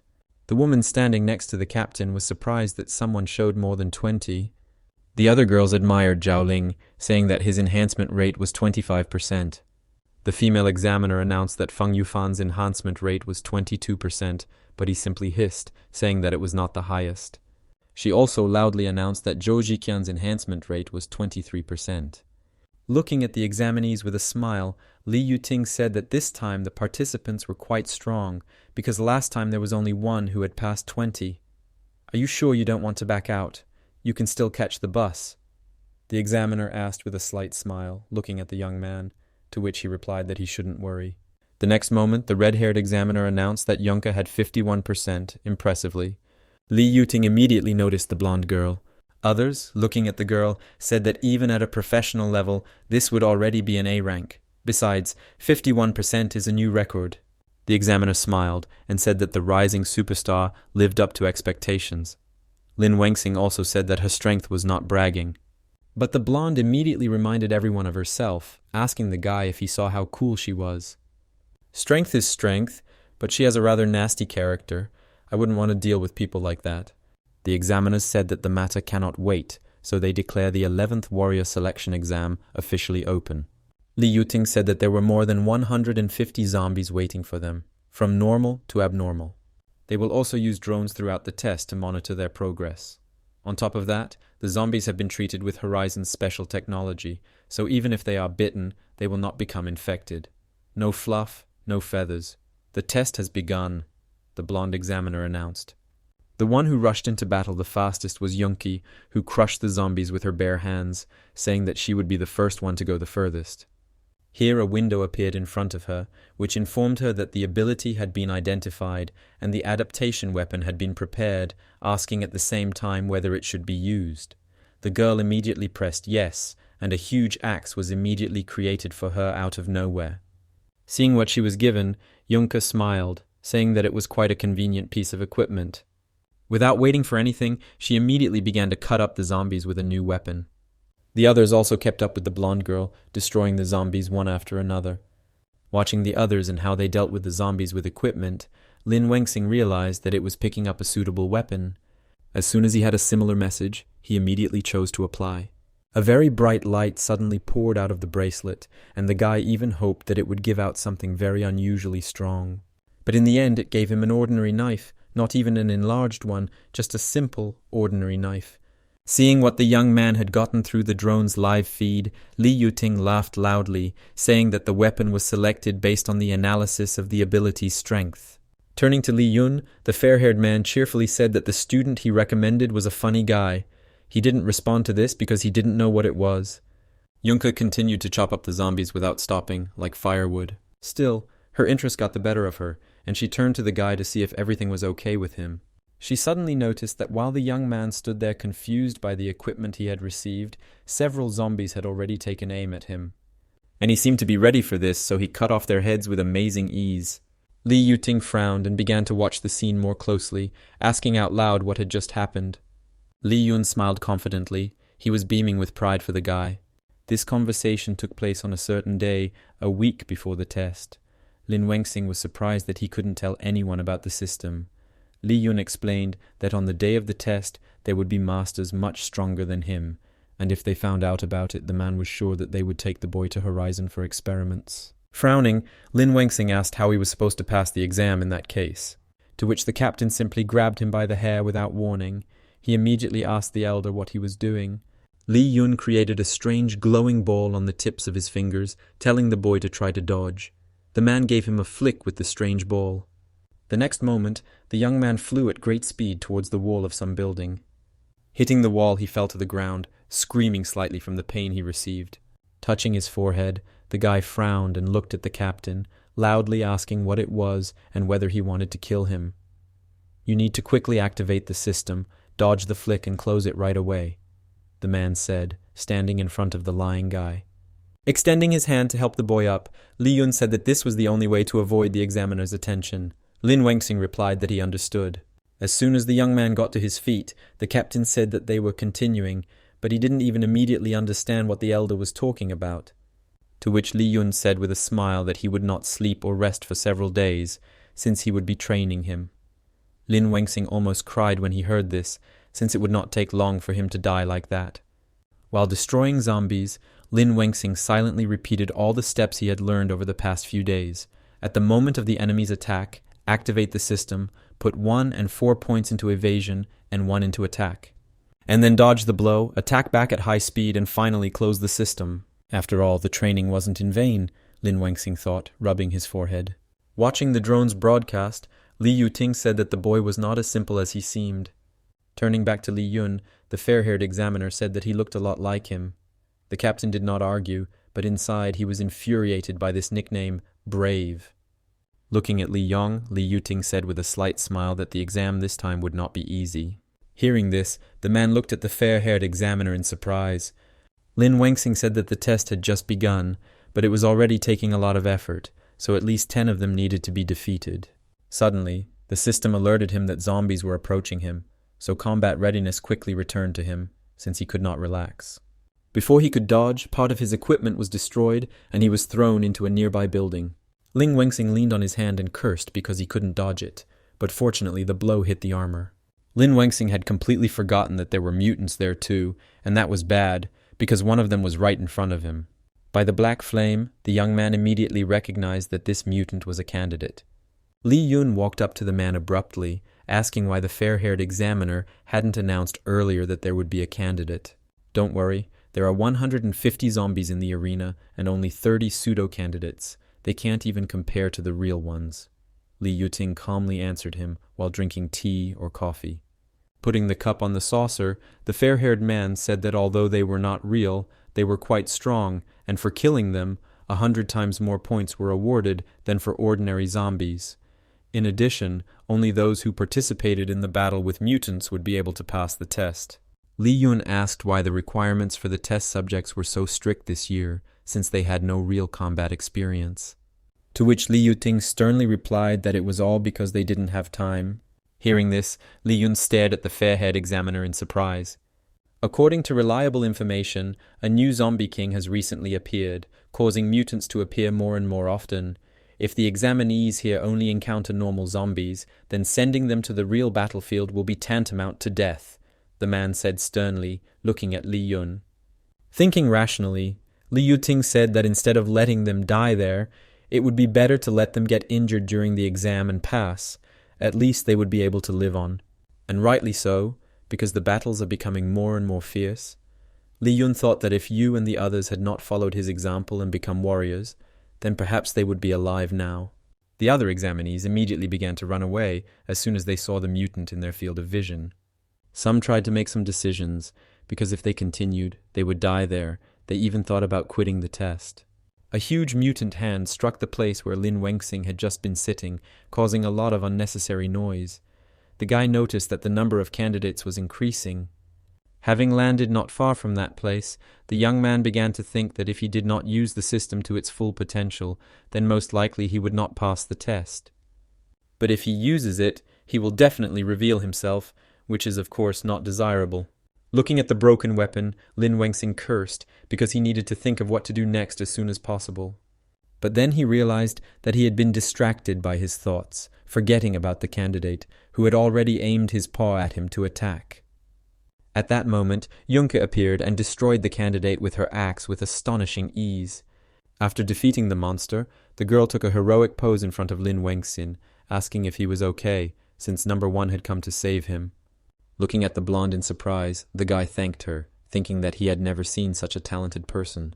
As soon as the other participants in the exam saw how the girl dealt with the candidate in 2 counts, they began to admire her, saying that they could do the same, and that there was no need to be so afraid. Junke ran forward with enthusiasm, shouting to the others that there was nothing to worry about, and if anyone lacked courage, then let them follow her. No wonder she is a representative of the Horizon aristocracy, the daughter of the Yun family. Not only is she strong, but she can also inspire her teammates, Li Yuting said while watching the scene through the drone. Rising to his feet, the young man looked closely at the mutant, trying to figure out whether he was alive by any chance. And since he can't use the system, it would be better to take advantage of the chance, find a weak spot, and ultimately finish off the mutant in one blow. Energy had already begun to gather in the guy's fist, and he began to follow that tactic again. Instantly turn on the system, strike, and the points for the kill are in his pocket. But then his plans regarding this mutant were destroyed by Yunka, who finally finished off the monster. Winking at the young man, the girl said that it was over, and it seemed he was the last. "You could have left me one too," Lin Wengxing said, almost starting to cry. The guy suddenly noticed another monster right behind Yunka and shouted at her to be careful because there was a mutant behind her. At that moment, for some reason, the girl remembered the time when she was still a little girl. This situation happened about 10 years ago, in the slums. 3 boys surrounded the girl, who was holding something in her hands. They told her to give the crystal to them. To which the girl became indignant, shouting that why would she do this, since it was she who found him. Besides, she reminded them that her name was only Kei and nothing else.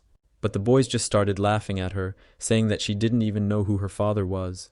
To which little Kei, looking at them with anger in her eyes, raised her hand to strike. She was clearly not in the mood for kind words right now. Seeing the girl raise her hand to strike, the boys frowned, looked at her in bewilderment, asking what she was doing. But Kei had no intention of stopping. So in the end, all the boys who bullied her were lying on the ground, beaten. One even dared to ask her for mercy, saying that they would not do it again. Little Kei looked down at them solemnly, saying that if they didn't, they would regret it in an instant. Leaving those guys right there on the street, she grabbed the unusual crystal and ran forward along the street. Opening the door to the house, she joyfully shouted to her mother that she was home. But besides her mother, she also found an unknown man in the house, who somehow joyfully said that the girl had returned. Little Kei stared at the stranger in surprise and bewilderment, asking who he would be. To which the man with some sort of French moustache replied that he was her father, and that he had come specifically to take her back to Horizon. The girl still asked in bewilderment what Horizon was, at the same time looking at her mother, who was covered in large abrasions and bruises. Sitting in the corner of the small room, the girl's beaten mother cried bitterly, not daring to say anything. Little Kei happily ran up to her new father because now she has a father. "That's right, Kei. You have the purest aristocratic blood of our Yun family, so you can't live with people like her," he said, stroking the girl's head. The girl looked at her father even more surprised, asking why this was so. To which the man answered over his shoulder that the woman was just a servant of the Yun family, and that she had given birth without his knowledge and had secretly taken her out of Horizon. He glanced again out of the corner of his eye at the poor woman who was sitting in the corner of the room, and said that her dirty blood was different from theirs, and could stain the girl, so Kei must leave with him. To which little Kei immediately ran to her mother, shouting that she was not going anywhere. "I'll stay here with my mom! My mom is the best mom in the world!" the girl screamed loudly, hugging the woman. The man frowned, and looked at the little girl with disappointment, saying that this child's blood was already stained. As he left, he said that since she refused to return to the Yun family, she could no longer bear this family name, and in the future she was forbidden to call herself a member of his family. That day, deep in her heart, Kei swore that she would never become a member of the Yun family, but she carried the family name out of spite, so they would see how strong she was without them. But now she acted rather naively, thinking that she had already defeated the monster. The girl had already begun to apologize and say goodbye to her mother. But suddenly she was saved by something that rushed past her like dark lightning, striking the mutant. "What a fast shadow! Who is it?" the blonde asked, staring at something in surprise. The mutant immediately screamed, covering his wounded eyes so that the attacker would show himself to him from behind. The advantage of the assassin is a sudden attack, and he asks him to show himself. Does he think he's stupid or something? Lin Wengxing thought that since the class appeared suddenly, he should quickly familiarize himself with the skills. The system notified that the skill Stealth is increased speed, flexibility, the body is hidden by dark energy, becoming invisible. The system also notified that the skill Executioner is instant enhancement, the ability to recognize the enemy's weak points, and a debuff, decreased flexibility, and revealing the identity. "Stupid boy, you can't hide from me," the candidate shouted, opening his mouth. He released some strange beam that was giving off a red glow from his mouth. With this beam he hit his brothers, who had already been defeated by other participants in the test. Those present and those being examined watched in horror as the dead mutant fully recovered. The candidate whose eyes were injured by Lin Wengxing told the resurrected mutants that dinner was served. Zhou Jiqiang told everyone to stop panicking. This was just part of the test. Zhao agreed with him, saying that they would just kill him again. Feng Yufan immediately went to the mutant alone, snorting that it would be easy, but unfortunately his attacks had no effect, because now the mutants were not so easy to kill. The boy realized with surprise and horror that there was now a protective field around the mutant's eye. So when Feng Yufan was distracted by this, the mutant's tentacles struck the boy. The candidate began to emit that strange beam again, with a reddish glow. The restored mutant began to extinguish everyone in a row, creating destruction and huge clouds of dust. Some have already apparently noticed that his strength is on a completely different level, as is his speed accordingly. Taking her axe in her hands again, Yunka tried to wound the mutant, but she didn't even wound him, which surprised her greatly. And while the girl was confused, the mutant, without waiting for the right moment, hit the blonde, throwing her away. But Yunka, glory to all living things, managed to catch Lin Wengxing, so she remained safe and sound. Looking calmly at the girl in his arms, he told her to save herself quickly and leave the rest to him. The fair-haired girl was very embarrassed, looking at the guy in bewilderment. Li Yuting, watching everything through the screen, remarked out loud that it was a very fast shadow. After exchanging glances with Li Yun, the fair-haired examiner thought that this power was similar to that of the zombie king. The man quickly ran out of the room and shouted at Li Yun to follow him into the arena. "Wait, examiner. Perhaps this shadow is the ability of someone being tested. We need to observe." Li Yun tried to cool the ardor of the fair-haired examiner, to which he responded with a shout that it was not the shadows that were the issue, but that the candidates he had created did not have the ability to self-recover. Captain Li himself was already on edge. One of the workers burst into their room shouting that a Zombie King-class object had been detected in the arena. Hearing this, Li Yun stared at the person who brought this news in shock. Li Yuting thought that if he understood correctly, the shadow was the Zombie King. Rushing out of the room, Li Yuting shouted at his subordinate to immediately notify all the examinees to go to the shelter, and also to notify the Ebola team of a top-level combat alert. The Ebola team is the Horizon Mutant Detection Task Force. And while they were swarming there, Lin Wengxing extinguished the mutants one by one, destroying them without mercy. Having dealt with almost all of them, the guy headed towards the very last one, who was most likely the strongest among his relatives. Suddenly, an alarm sounded loudly, and a microphone announced that the subjects needed to leave the arena immediately. Jumping into the air again, the guy headed towards the last mutant, saying that they were just making fun of him, but he would leave anyway. But only after he had destroyed this evil spirit. This was Lin Wengxin's intention as he raised his hand to strike again. The blow passed near the mutant without touching him, because he managed to dodge at the most opportune moment. Without being wounded, the candidate immediately rushed to attack the boy. Lin Wengxing was even surprised that he was still alive. The monster wanted to finish the guy off with one slap, but he slipped out of his hand at the very last moment. As he landed, Lin Wengxing thought that the monster must be made of iron, since it was not susceptible to weapons. Heading towards the candidate again, Lin Wengxing ordered the system to activate the executioner skill. Having become visible, the boy jumped high and swung his weapon at the monster. And while he was still unconscious, the young man quickly struck him straight in the head so that he could no longer recover. The mutant fell to the ground, making a huge noise, while the guy, without hiding his weapon, closely watched the body of the evil spirit, while the stealth suit disappeared from his body. But then the examiners arrived with weapons and soldiers. Li Yuting pointed the weapon at him and loudly told him not to move and to put the weapon down. Lin Wengxing noticed that this was the very flaw of the executioner skill. Watching the boy standing straight, the fair-haired examiner told him to turn towards him slowly and without any nonsense. Here the system notified that the cost of reusing the stealth skill would be 1 point, asking whether the skill should be activated.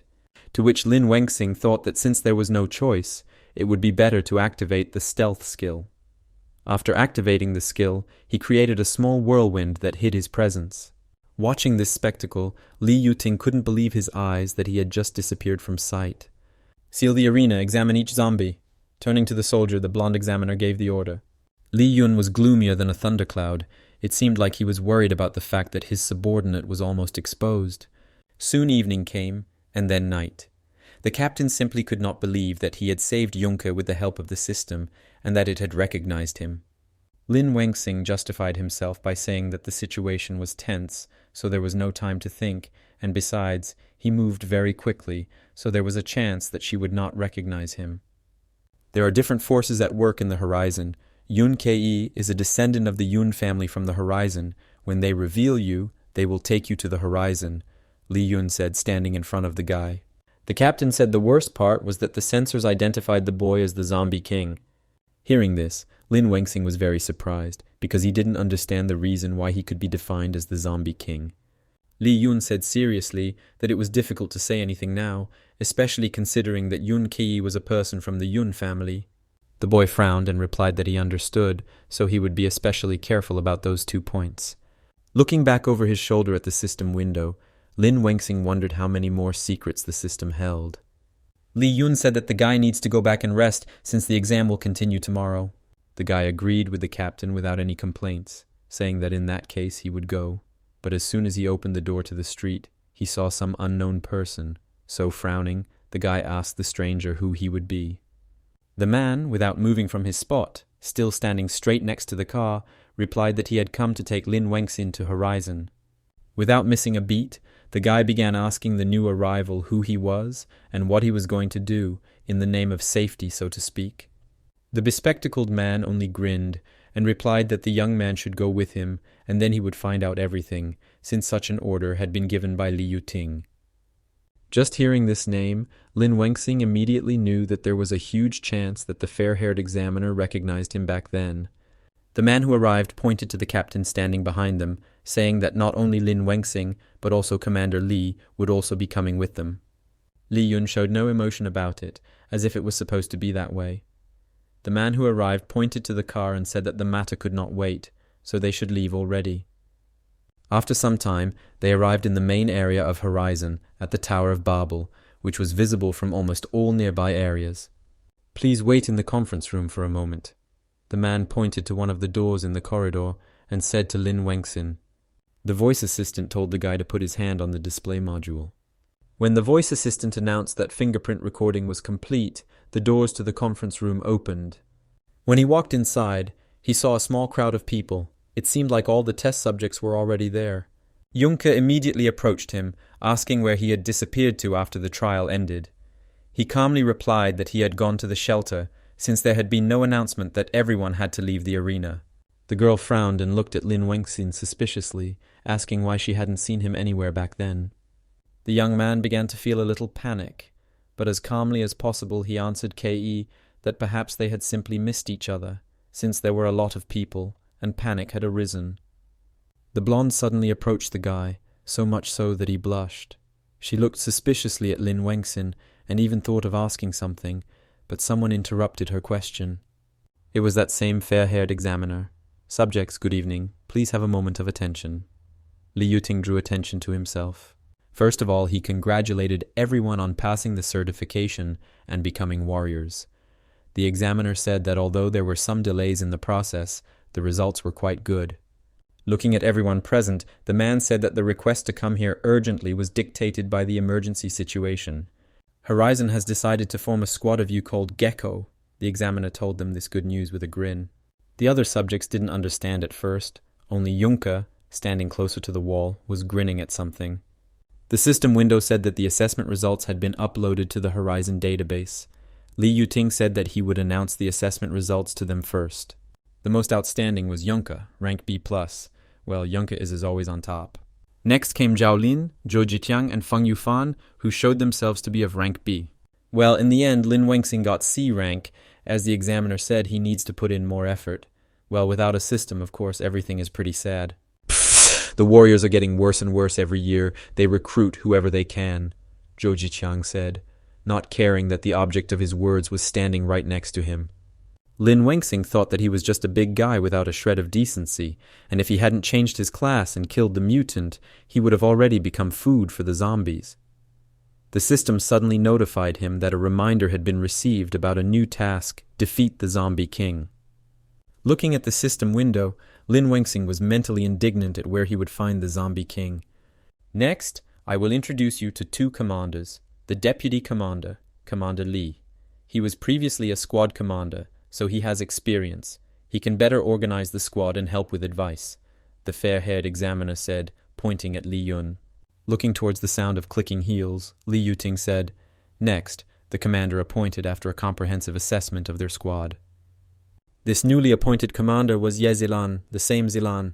Seeing her, still in the commander's seat, Lin Wengxing was very surprised, because she was supposed to undergo certification together with them.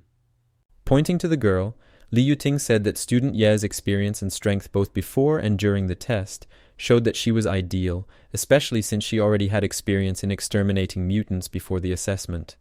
Ye Zilan just kept silent and smiled. Remembering how she helped others, she told one of them that there was a supply station behind, so she sent them to get supplies and go back, and the others obeyed her as if they had been clicked. True, in reality, she alone would have been enough to destroy the zombies, and those few were low-ranking trash, bait that she used to lure the mutants. "Please believe me, I will make Team Gecko the strongest in Horizon," Ye Zilan said with a sweet smile. Lin Wengxing thought that she might have used her dirty tricks again to become a commander. Li Yuting said cheerfully that since he still had things to do, he would entrust their training and sparring to their commanders. He also hoped that they would unite and show worthy results. Without further ado, they headed to the warrior evaluation ground.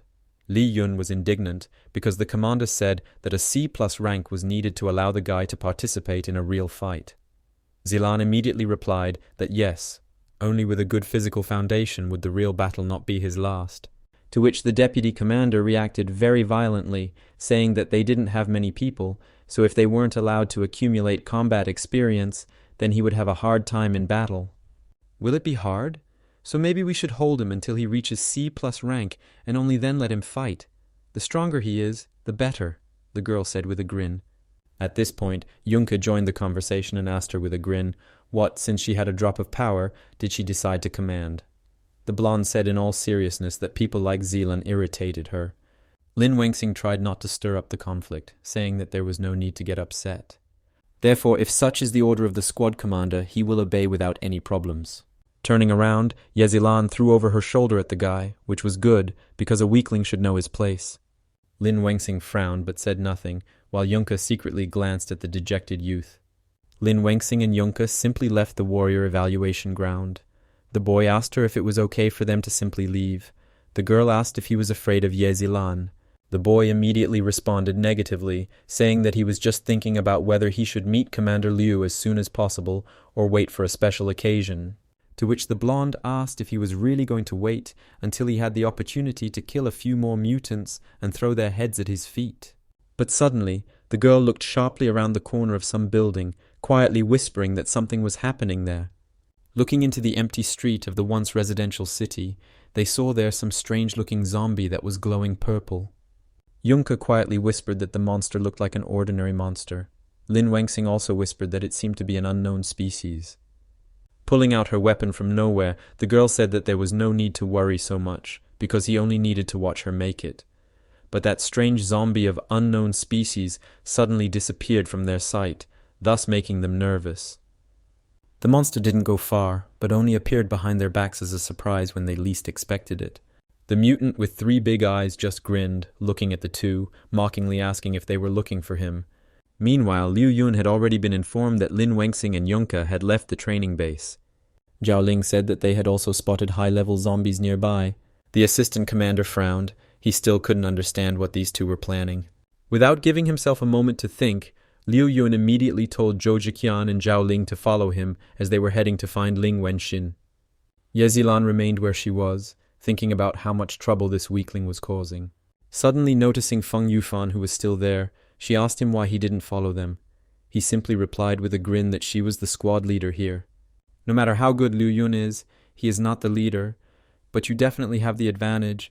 The position in the squad is very important, the guy said bluntly, looking at the team leader.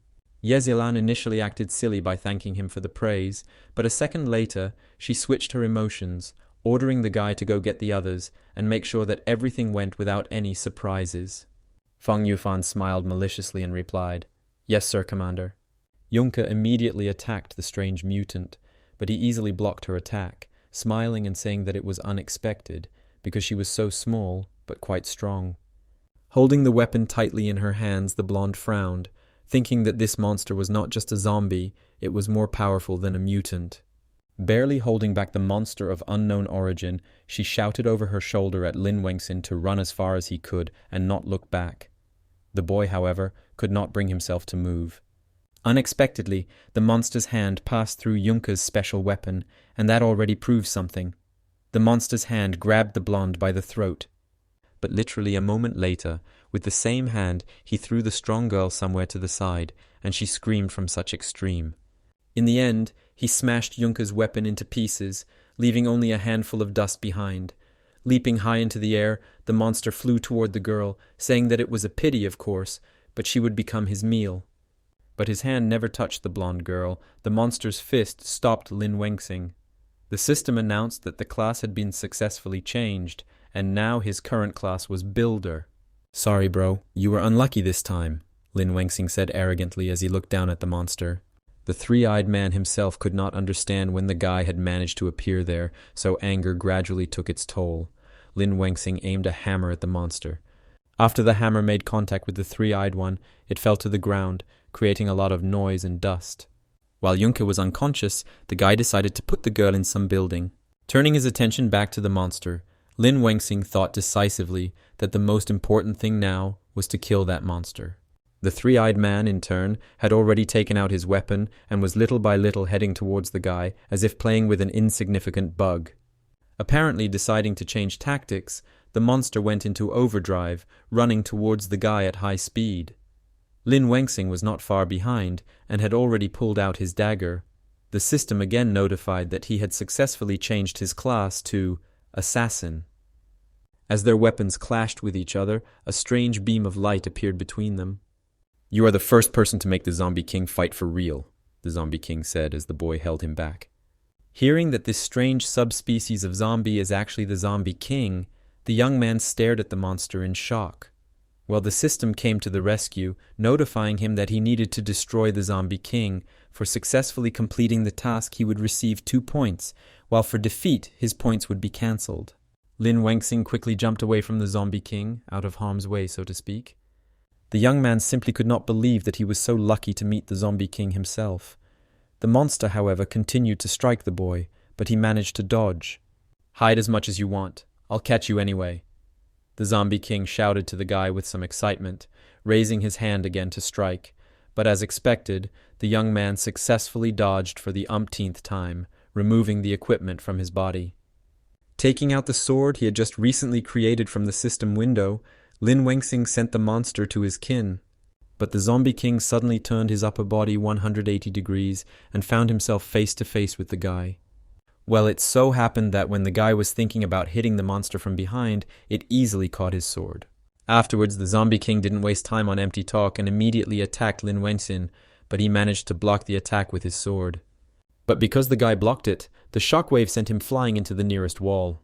After making a hole in the wall, Lin Wengxing still stood up, saying out loud that it was dangerous, because if he couldn't defeat the Zombie King with his sword, then he would literally be finished. "What's the matter? Is that all you can do? Where did your passion to kill me go? Come on, attack!" The Zombie King continued to verbally mock the guy. Wiping his face with his sleeve, the young man still couldn't understand why the sword was completely useless if the hammer was able to hit him. But then the system prompted him, notifying him that the sword had absorbed the Zombie King's attack ability, which explained everything. Well, now it's no wonder that he couldn't cut it, because with the original power of war, he would be able to send this monster to the underworld. With these thoughts in his head, the guy, tightly gripping the handle of the sword, headed towards the Zombie King. Jumping up, Lin Wengxing raised his sword above his head and rushed at the Zombie King with a battle cry. The latter, having thought about this outcome in advance, put up a spherical barrier around himself, which blocked the guy's attack. "Give up. You're not strong enough," the monster said with a grin, looking at Lin Wengxing through the reddish barrier. Lin Wengxing again couldn't understand why there was no effect, since the sword had absorbed the Zombie King's ability. Suddenly the red barrier was no longer the Zombie King, but a guy, which puzzled Lin Wengxing. Watching the young man in the barrier, the Zombie King grinned smugly and snapped his fingers demonstratively. After that click, a rather large explosion occurred inside the barrier that Lin Wengxing was in.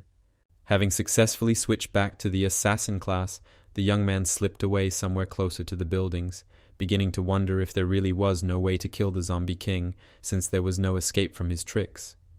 The system appeared at the right time. It announced that the new class sorcerer could be activated. Lin Wengxing was a little skeptical about its usefulness, but it was not a situation where he could choose. Staring at the system window, the boy loudly said for the system to activate the sorcerer class. She quickly dressed him in some kind of sorcerer's robe, in addition, drawing some symbols on his face. The Zombie King wondered how he hadn't noticed that the guy could change classes continuously, an unpleasant ability, time to finish him off. The Zombie King said to himself mentally, starting to create some strange ball in his hand.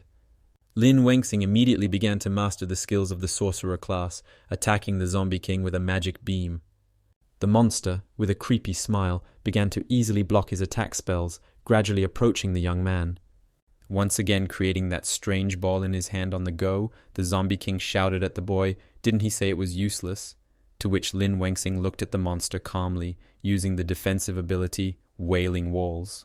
A huge beam of strange energy hit the guy straight away. It looks like it's the Zombie King's robot hands.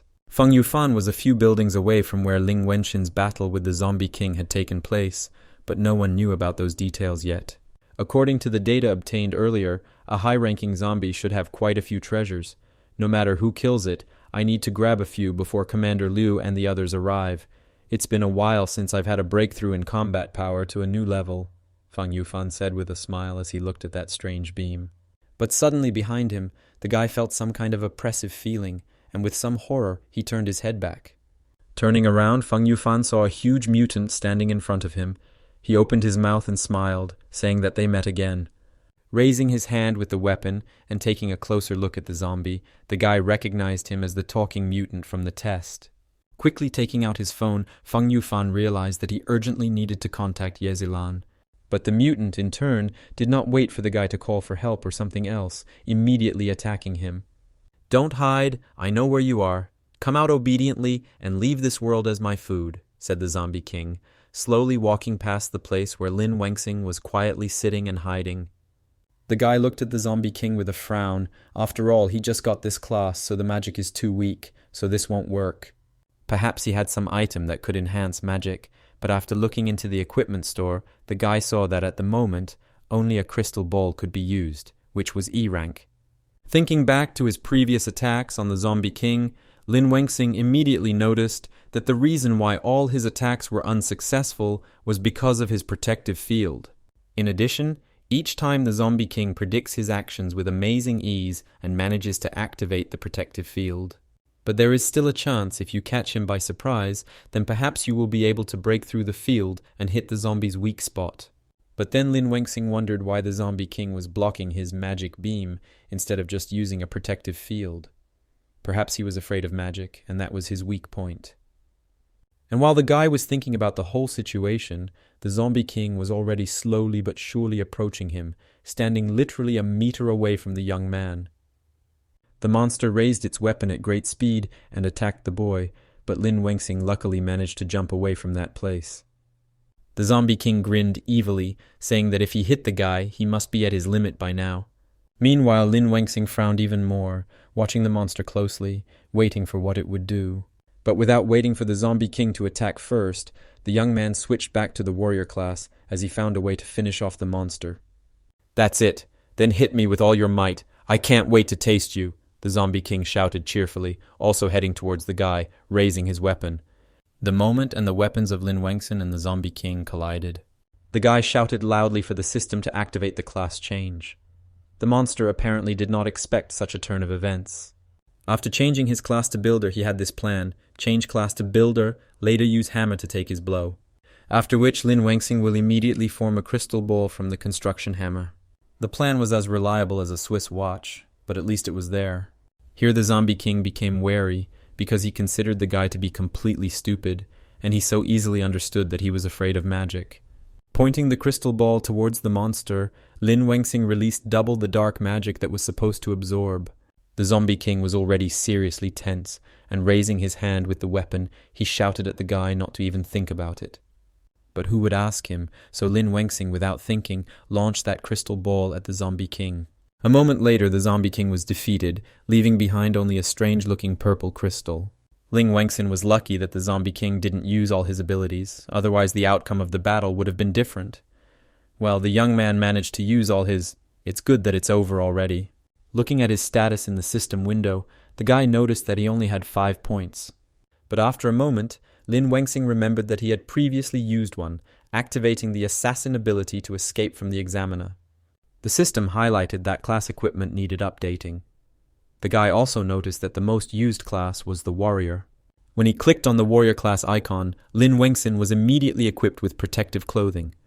He got a new reinforced jacket, and as it turns out, the armor goes on both arms. It also looks like leather. While the guy was trying to move his arm in the armor, Yunka woke up and immediately approached him. Scratching her head, the girl asked if the zombie was dead. Lin Wengxing was about to answer positively, but someone interrupted him. Commander Liu, Zhao Lin, and Zhou Jiqian ran up to them. Liu Yong first asked if Lin Wengxing was okay. The captain looked at Lin Wengxin and Yunka with a frown and said that they had received information about a high-ranking zombie. "How is it now?" Liu Yun asked, still looking at the two. Lin Wengxing looked at what was left after the zombie king and calmly said that he had already eliminated him. Then Feng Yufan himself ran up to them, and Commander Liu turned to the guy and asked why he was there. The guy scratched his neck and replied that Commander Yi had sent him to help them, but on the way he had run into a couple of zombies, so he had been delayed a bit. Under the gloomy and puzzled looks, the guy approached the remains of the zombie king, cheerfully saying that it seemed like they had already figured everything out.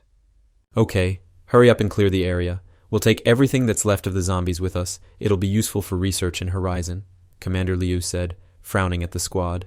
And while Liu Yun was away, Feng Yufan with amazing courtesy offered to help with the cleaning. Standing next to Commander Liu, Lin Wengxing quietly whispered to him that Feng Yufan was acting a little strange. Yezilan said that they had broken the rule and left the squad without permission, so they should be punished, but for eliminating the zombie king and helping to obtain the remains for research, they should be rewarded, because their actions and merits are equal. Commander Ye crossed her arms and frowned at Lin Wengxin and Yunka, saying that she hoped that this would not happen again. "We fully acknowledge our guilt. However, the fact that I killed the zombie king is a fact. Can this serve as proof of my strength?" Lin Wengxing asked, looking at the captain. The boy also said that he hoped that she would withdraw her order and allow him to fight with the squad. Yezilan grinned and replied positively, but based on the recent events, she wanted to adjust the composition of the small groups. So now Yunki and Lin Wengxing are no longer in the same group, and Lin Wengxing's partner is Feng Yufan. Yezilan was absolutely beaming with happiness as she said that this was her order, so no one could dispute it. Yunka frowned deeply when she heard this statement, but fortunately, she remained silent. Commander Ye said that everyone could go and rest. When Lin Wengxing was about to leave, Yunka caught up with him and asked him to walk with her for a while. "Did you find the purple core of the zombie king while collecting the remains?" the girl asked, frowning at the boy. Lin Wengxing, not understanding the essence of the question, calmly replied that he had not seen it, and at the same time asked what had happened. Yunka didn't answer his question, but just continued to stare gloomily somewhere, realizing that someone had taken the zombie king's core. After talking with Yunka, Lin Wengxing headed to the hospital where his younger brother was currently being treated. Lin Wengxing stood silently next to one of the doctors, watching Yu Tao through the thick glass. "The healing and recovery process is going too slowly. We need to urgently transfer him to Horizon," the doctor said seriously, looking at the patient's only relative. Meanwhile, the news was reporting that the Gecko group, formed yesterday evening, had already achieved results. While interviewing the team leader, the host said that the team member Lin Wengxing had eliminated a king-level zombie. Yezilan only smiled as she answered her questions. Yu Tao also heard that according to the group leader Yezilan, Lin Wengxing was an unusually strong warrior.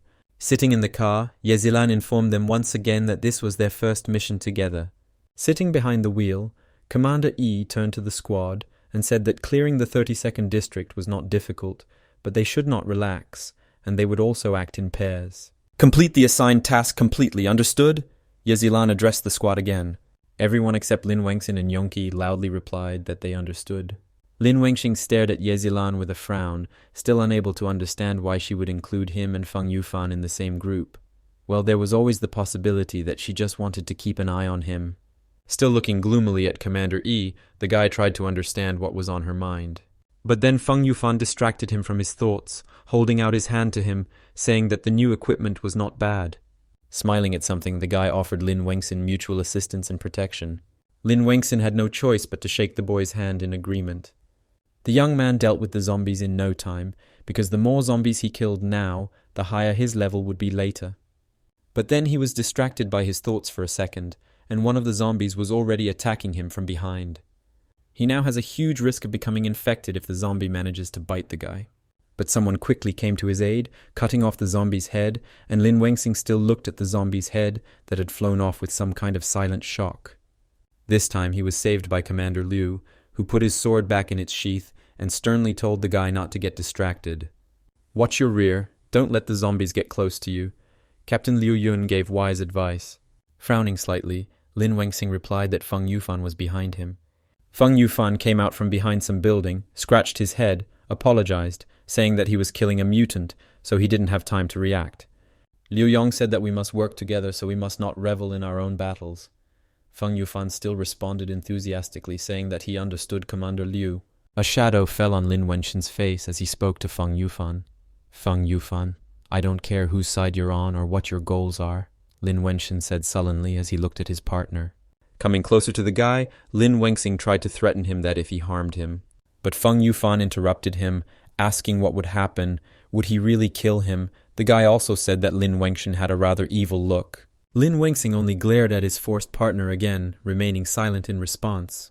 Turning around and about to leave, Feng Yufan said that he should calm down because they were partners, which meant that he would definitely cover for him.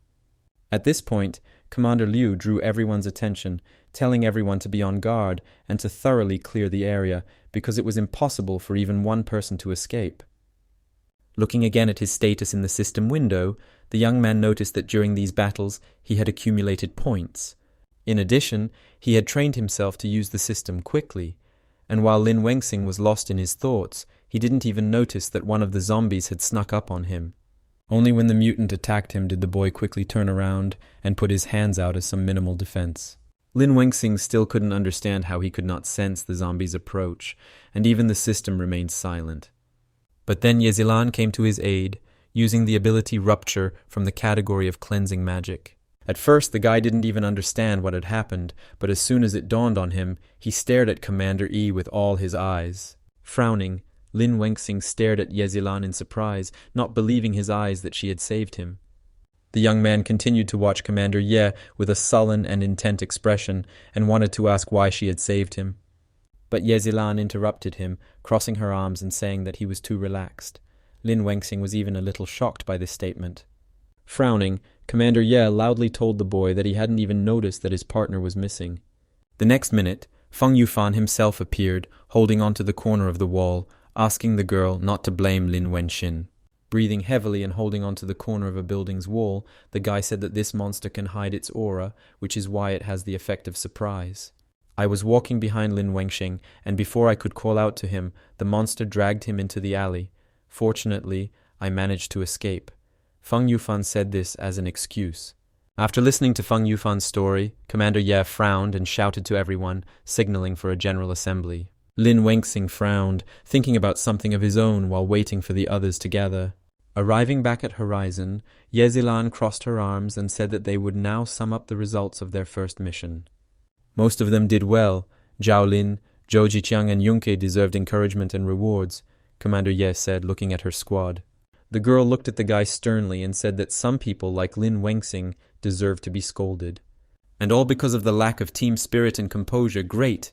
She herself put Feng Yufan and Lin Wangxin in the same pair. What did she expect? Yezilan calmly said that if this happened again, they had little choice. Well, either they'll go back to the training center to study again, or they'll go to the slums to wait for death. While Commander Ye was speaking, everyone just listened silently, without contradicting. At this point, Feng Yufan raised his hand, saying that he was also responsible for what happened, so he would try to work with Lin Wangxin as soon as possible. Yezilan didn't even look at him and said that she relied on him. Yunke, who had remained silent until now, quietly spoke up, saying that Commander Ye had a nasty manner. Feng Yufan, who was sitting behind him, only frowned, looking at the girl with displeasure. A shadow fell on the boy's face when he thought that this blonde was becoming more and more annoying to him, and while no one was paying attention to him, Feng Yufan grinned with all his teeth, but they looked extremely strange. Commander Liu stood near some wall on the roof of a building, looking at the sky while sipping his long cold coffee. "What? Do you think Feng Yufan wants to kill you?" Turning to the guy who approached, Liu Yong asked in surprise. Lin Wenxing answered positively, saying that although he had no direct evidence. The guy said that, however, ever since Feng Yufan volunteered to help, he had been uneasy. Frowning, Lin Wenxing confidently stated that in the past, Yezilan would have abandoned him to save her own skin, but this time she saved him for her own purposes. Let's say her goal is to make sure no one dies on their first mission under her command. Guess the reason for her actions, boy. But Lin Wenxing still couldn't understand why Feng Yufan wanted to kill him, since there was no disagreement between them, but it seemed like he was hoping that some zombie would get rid of him. Commander Liu also couldn't understand because they hadn't had any clashes, and now he wanted to kill Lin Wenxin.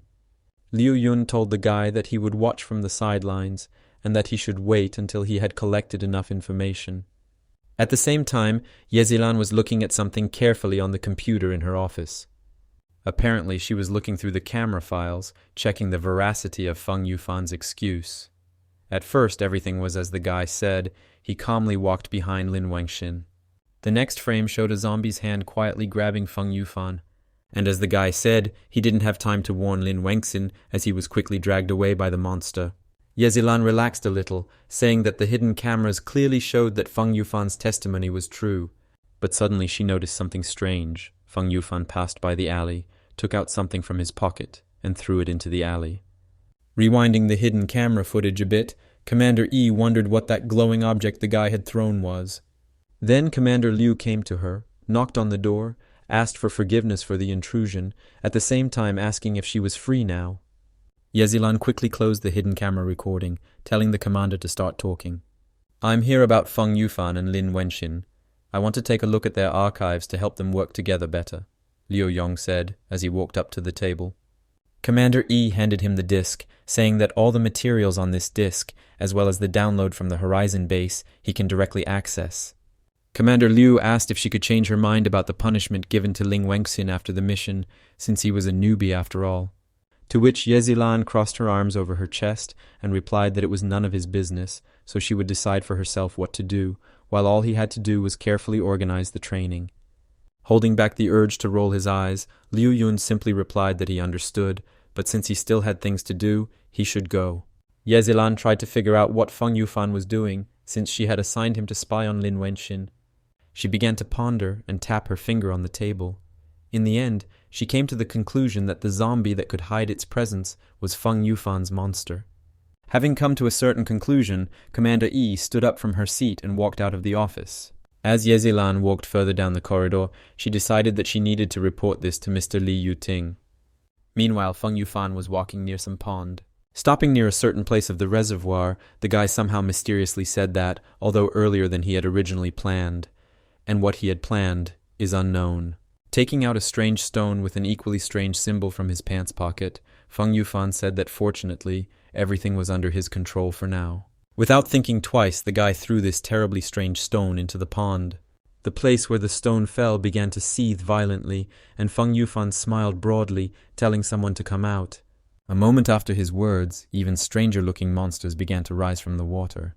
There were only 3 of them, but it was clear at a glance that they were quite strong. Feng Yufan, or whoever was under his guise, called these monsters zombie puppets. The Tower of Babel in Horizon was still shining brightly, and the people inside were unaware of the 3 puppet monsters. Li Yuting and Ye Zilan were reviewing the hidden camera footage of Feng Yufan. The blonde man asked her what she thought of all this. "I doubt Feng Yufan has any ability to summon zombies. Rather, he wanted to find out the source of the noise." Looking at the Gecko squad leader, Li Yuting asked why.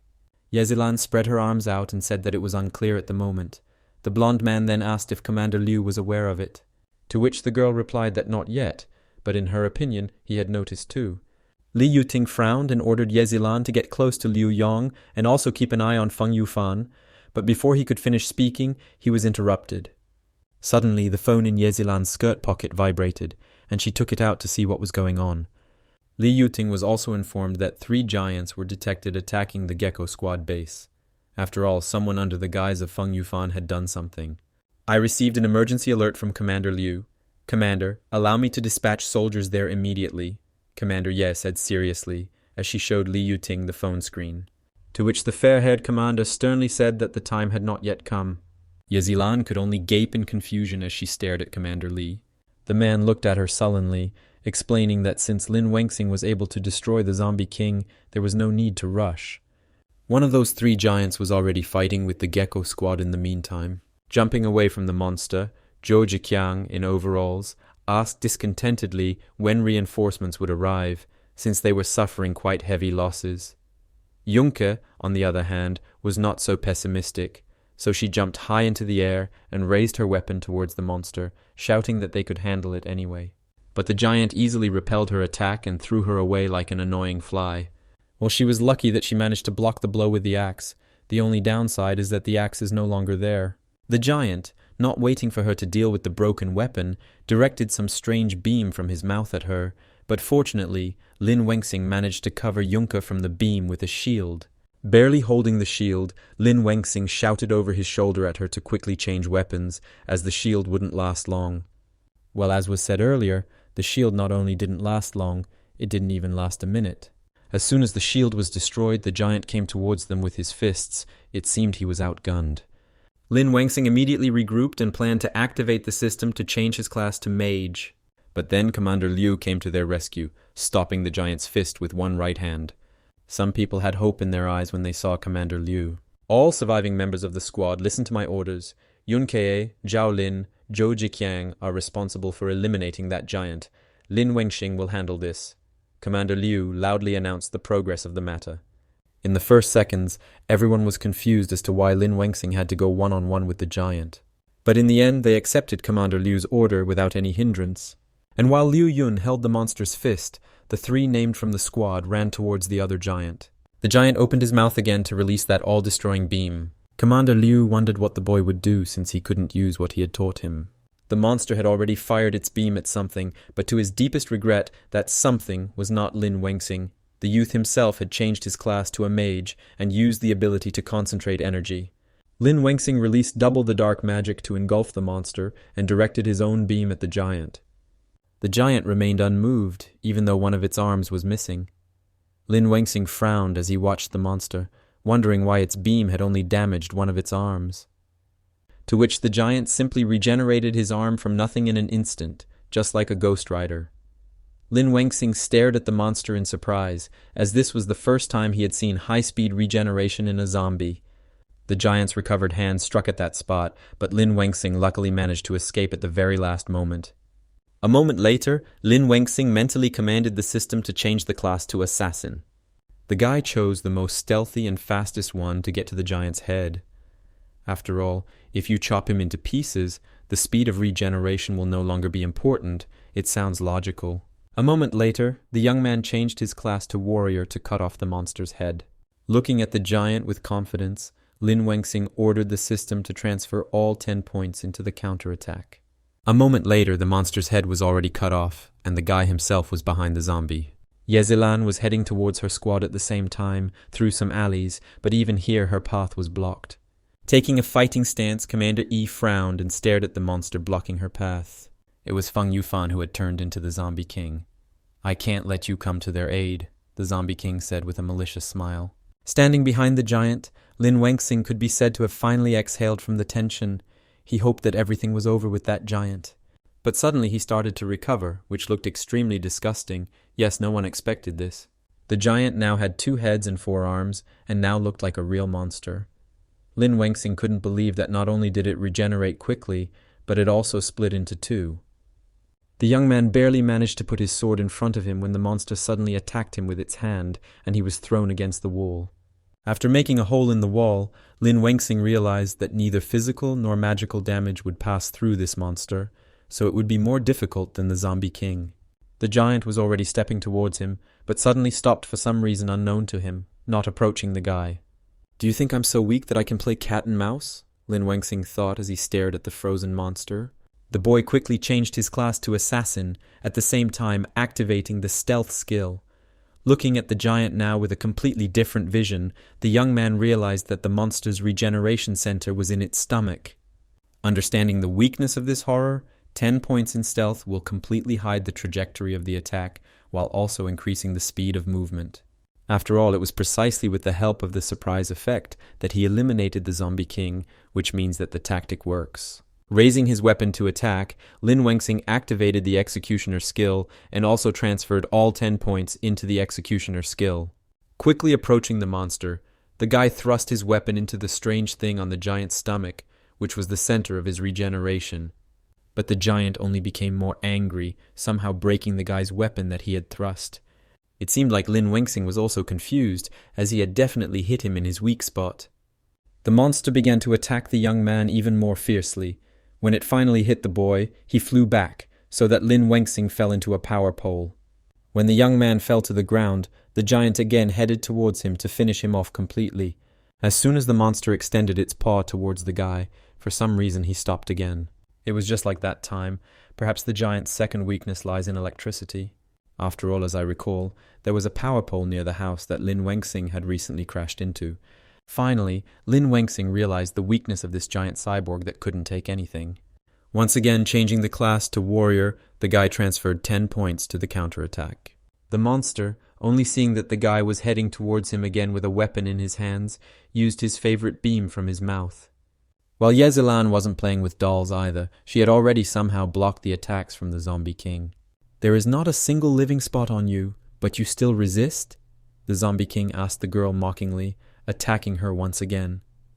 The commander of the Gecko Squad realized during their battle that the power of this horror was on the level of the Zombie King. Suddenly, the zombie stopped attacking Commander Ye with just the beam, raising his fist to strike. Well, Yezilan certainly didn't expect this, you can tell from her surprised face. Well, the monster still punched her in the face, and she ended up flying into the nearest wall from the force applied to the blow. When Commander Ye barely got to her feet, she was covered in bruises and began to think that she had no chance at all against this monster. The Zombie King, without waiting for a second, immediately appeared in front of her with a nasty smile as soon as she stood up. And since the girl no longer had the strength to resist, the monster easily squeezed her neck and lifted her into the air, still squeezing Yezilan's neck. Without removing that vile smile from his face, the Zombie King looked straight at Commander Ye, asking her how she had the conscience to call herself a commander with such force. Because Yezilan couldn't breathe properly, tears started to form in her eyes. The monster didn't pay any attention to this, and only created an energy ball in his hand, saying that it was high time for her to meet the king of the underworld. Meanwhile, Lin Wengxing did his best to block the attacks of this overgrown mutant, who still refused to be disposed of. When the mutant missed the guy again, he quickly changed his class to Creator and invested 10 points into creating a 100 million volt electric shocker. Taking careful aim, he shot the current straight into the place where the monster's regeneration center should be located. After the monster was shocked by the electric shock, something happened and a huge pillar of light appeared in the place of the giant. "Goodbye, Commander E," said the Zombie King, grinning from ear to ear. But the next moment, just as the monster was about to destroy Yezilan, someone grabbed his hand, thereby freeing the girl from the Zombie King's grip. That someone was Lin Wengxing, who looked a little different. Still holding the monster's hand, the boy asked menacingly who he was saying goodbye to. After the monster was, so to speak, disposed of, Lin Wengxing noticed that the regenerative organ of that monster had crystallized. The equipment on the guy's hand immediately absorbed the red crystal. The system came to the rescue, informing him that the task to eliminate the Puppet Master's giants had been successfully completed, and that his level had been raised to level 20, and his skill points had also been updated to 20. It also informed him that since his level had been raised, he could update his equipment.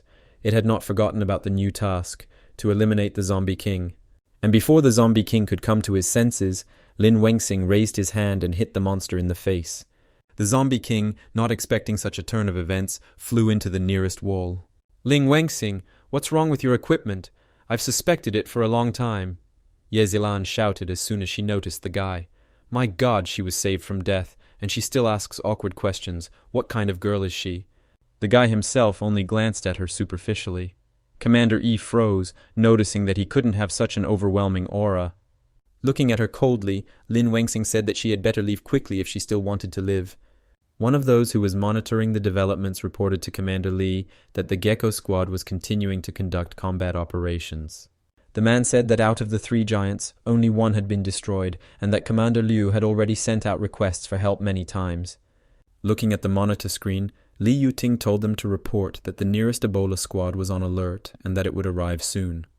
Commander Li smiled and said that Lin Wengxing seemed more and more interesting. What a pleasant surprise. I originally wanted to avenge my eye, but suddenly I realized that you have the same power as me. Rising to his feet, the Zombie King said with some pleasure in his voice. The monster came up with a better option. In his opinion, he would rather just eat the guy, then they would become one and be able to subjugate this world.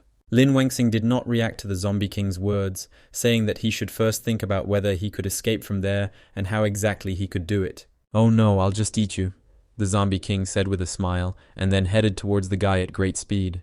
The monster attacked Lin Wengxing with one hand first, and fortunately the boy easily blocked its attack.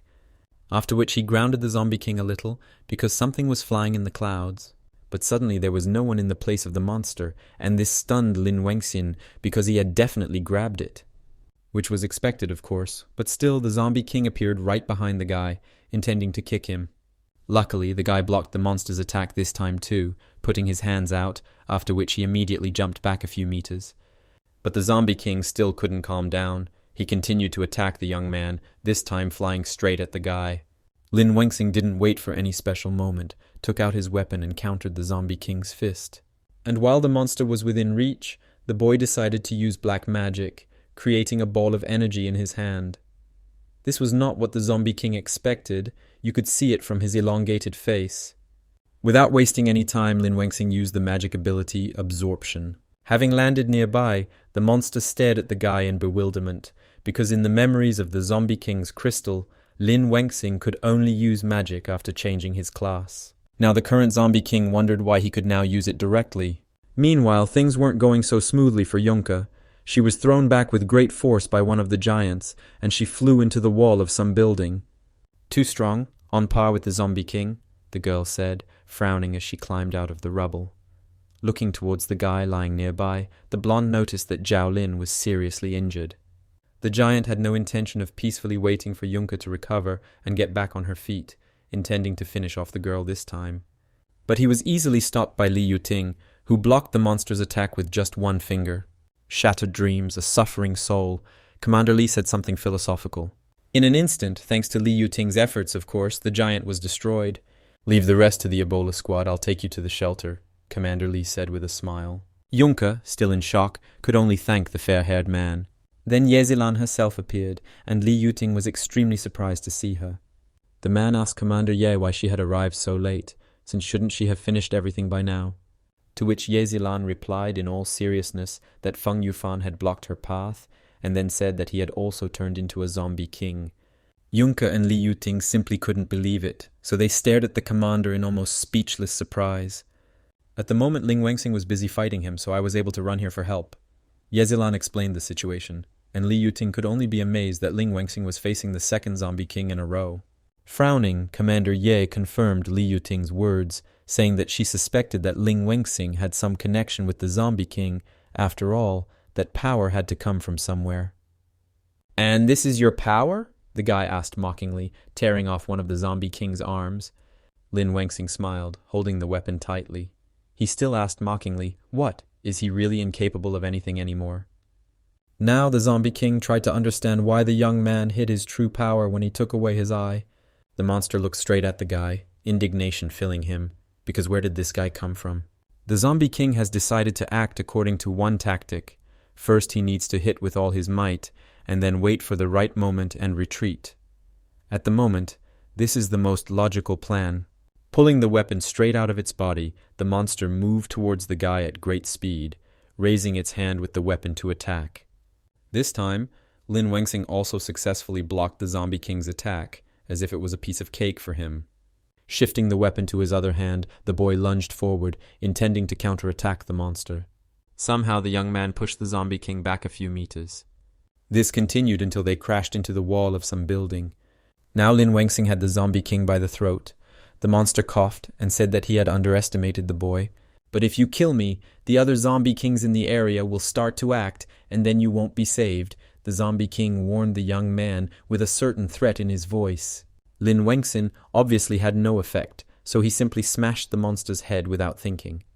When the zombie king's head finally hit the ground, the boy calmly said that he was too talkative. Then someone approached him, holding some extremely nasty thing in one of his hands.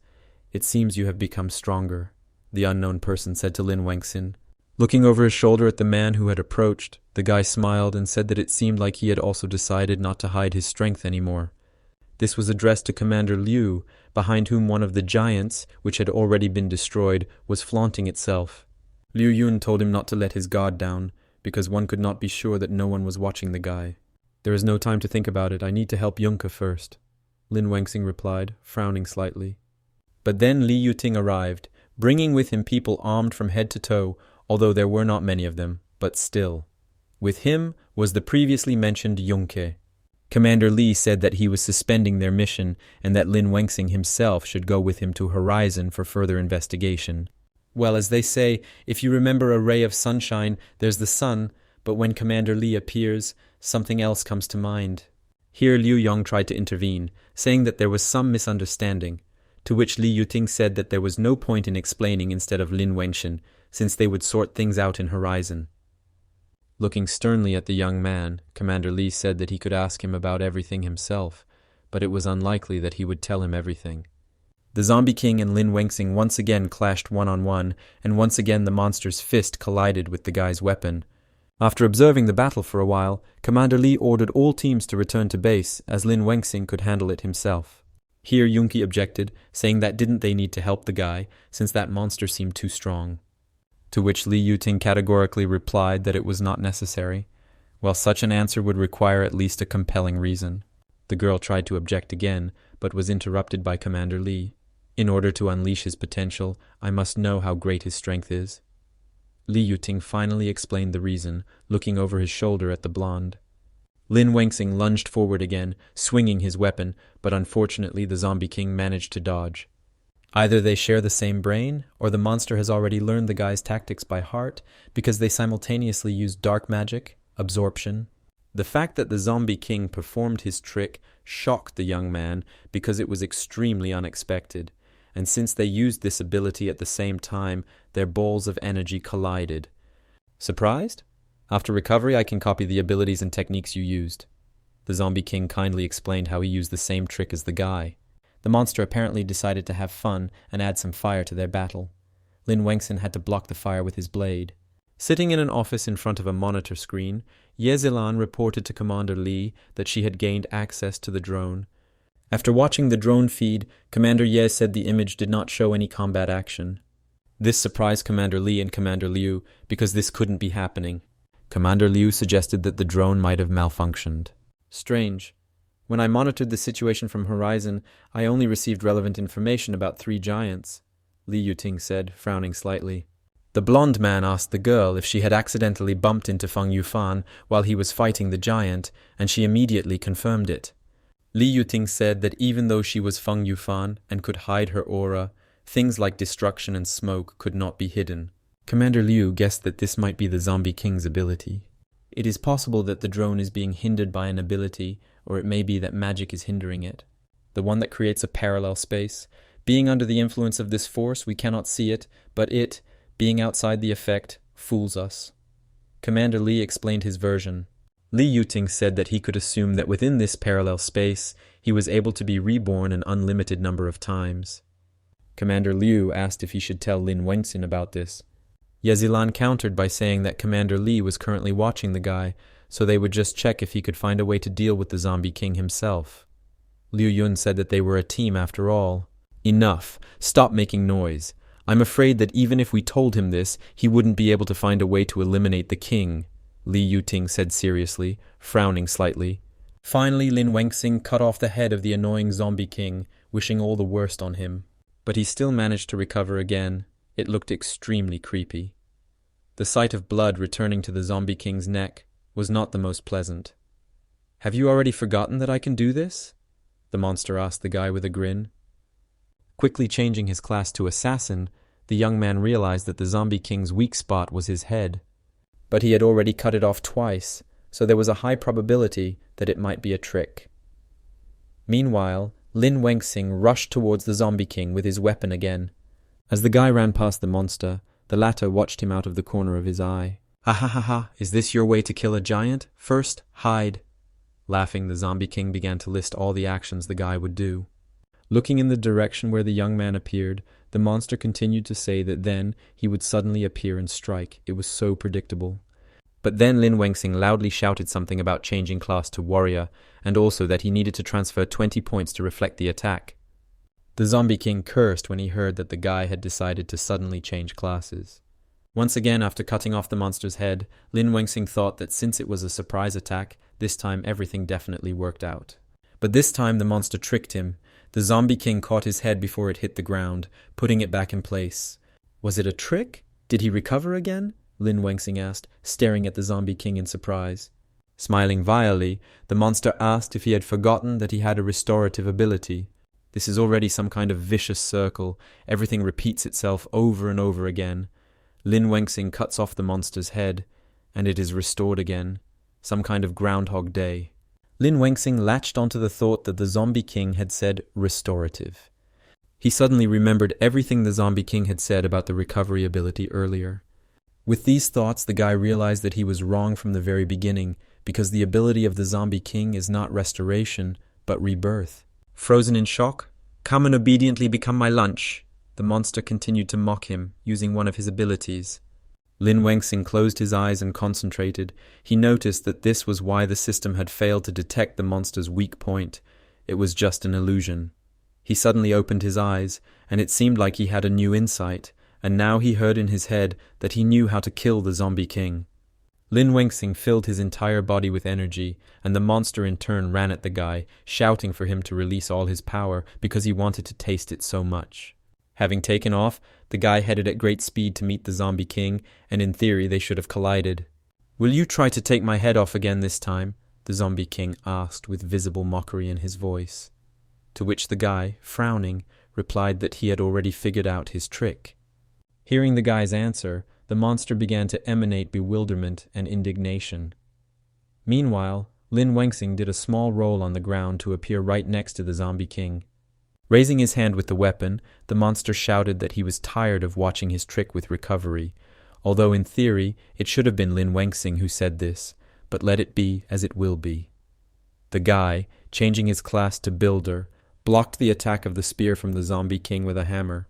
When the spear collided with the hammer that blocked the attack, according to the young man's tactics, he should immediately absorb the force of the blow and then create a dark crystal of enhancement. Without wasting a second, Lin Wengxing immediately placed that dark enhancement crystal on the purple thing on the Zombie King's chest. "Got me? Is the sword just a cover? Its main target is the crystal." It was quite late that the Zombie King realized the boy's intentions. Looking coldly at the Zombie King, Lin Wengxing doubled his absorption with some composure. Immediately after this, something strange happened there as a huge pillar of ice appeared. Ye Zilan immediately reacted as soon as the image on the monitor began to move. "Commander, there's something there!" Commander Ye said loudly, attracting Li Yuting's attention. The man touched his earpiece and gave the order to the Ebola squad to get to work. Lin Wengxing jumped back a few meters, so to speak, away from Sin. The guy's face was now much more relaxed than it had been during the few moments of destroying the Zombie King. The system immediately reported that his warrior level had been increased, so he was now a berserker, and also that the first stage of class formation had been completed, and the level itself had been increased to 30. Well, where would we be without a reward? He was awarded 30 points. The system also congratulated the guy on receiving a case with a weapon for the berserker. Lin Wengxing looked at all these notifications from the system with some bewilderment, and besides, he had never received a weapon case before. But suddenly, out of nowhere, fully armed men began to materialize who were from the Ebola squad. Surrounding the guy, one of the armed men said that in accordance with the order of Commander Li, they must take him to Horizon for further examination. Lin Wengxing noticed that it seemed like those guys were lying in wait somewhere nearby. The guy, without resisting once again, simply agreed to go with them to Horizon. There they were met by Dr. Hu was the head of the hospital, and who before starting to examine him. Lin Wengxing needs to go through the standard physical examination procedure, and the doctor also said that the boy should follow him.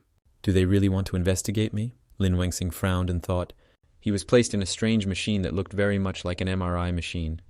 Looking around a bit from his lying position, the guy thought that the situation was a bit strange, and for some reason the doctors were silent. And Doctor Who himself is only busy with the equipment. Perhaps Lin Wengxing is just winding himself up too much. Suddenly remembering his younger brother, the boy thought that after all this, he should go and visit Yutao, because the young man had not visited him for quite a long time. But suddenly iron clasps appeared on his arms and legs, which forcibly held the man lying on the bed. After such actions, Lin Wengxing immediately realized that this was just a trap that he had walked into voluntarily.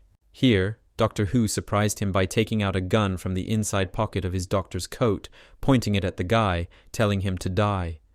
Seeing the gun barrel literally a few centimeters away from him, Lin Wengxing felt somehow not at all cheerful. The new addition to the squad must complete a 5-kilometer night run, understand? Commander Liu asked the group of runners. At this point, Yunka turned to Deputy Liu, distracting him from training the new recruits.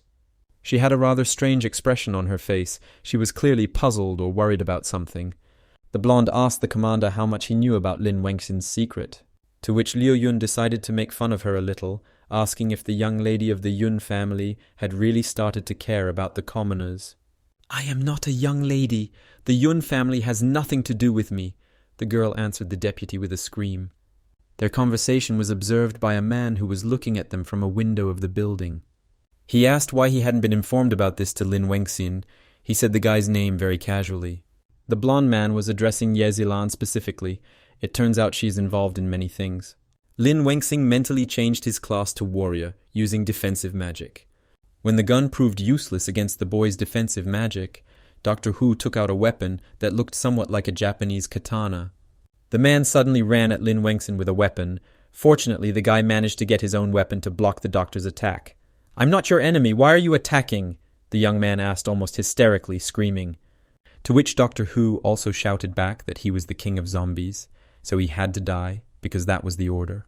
This made the guy extremely angry, and he looked at the man with fury in his eyes, asking if this was really Li Yuting's order. My deepest apologies. Because of Li Yuting, I was unable to report in time. Ye Zilan somehow began to justify herself to the fair-haired man, so she had been working for the wrong fair-haired man after all. Commander Ye apologized to Mr. Yun again, and he finally looked at her. Eventually, everyone's patience ran out, so Lin Wengxing gave Doctor Who a good punch in the face. Frowning, the boy thought that this must be some kind of stupid conspiracy. Since he needed to get out of there as quickly as possible, the young man approached the door and pressed the button that opened it. But right outside the door he was met by one of the military men, so Lin Wengxing would hardly be able to get out of there as soon as possible. Well, at least in the near future for sure.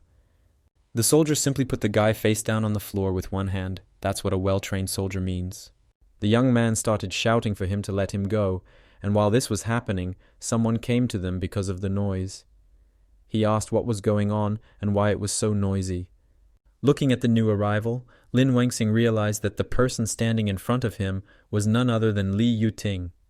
"I'm sorry, Mr. Li." He actively resisted, Doctor Who said as he left the office. The man said he didn't supervise the guy well, and they had several conflicts. Look, the mark from the blow is still visible.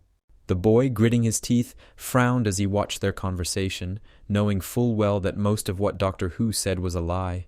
Li Yuting squatted in front of the guy, saying that if he cooperated with them, everything would soon be over. To which Lin Wengxing asked with extreme displeasure what Commander Li was going to do. To which the man, frowning slightly, replied that, as he had said, he needed the guy to cooperate with the investigation. "But he clearly wants to kill me," the guy said loudly to the man, since the latter was clearly deaf to his words.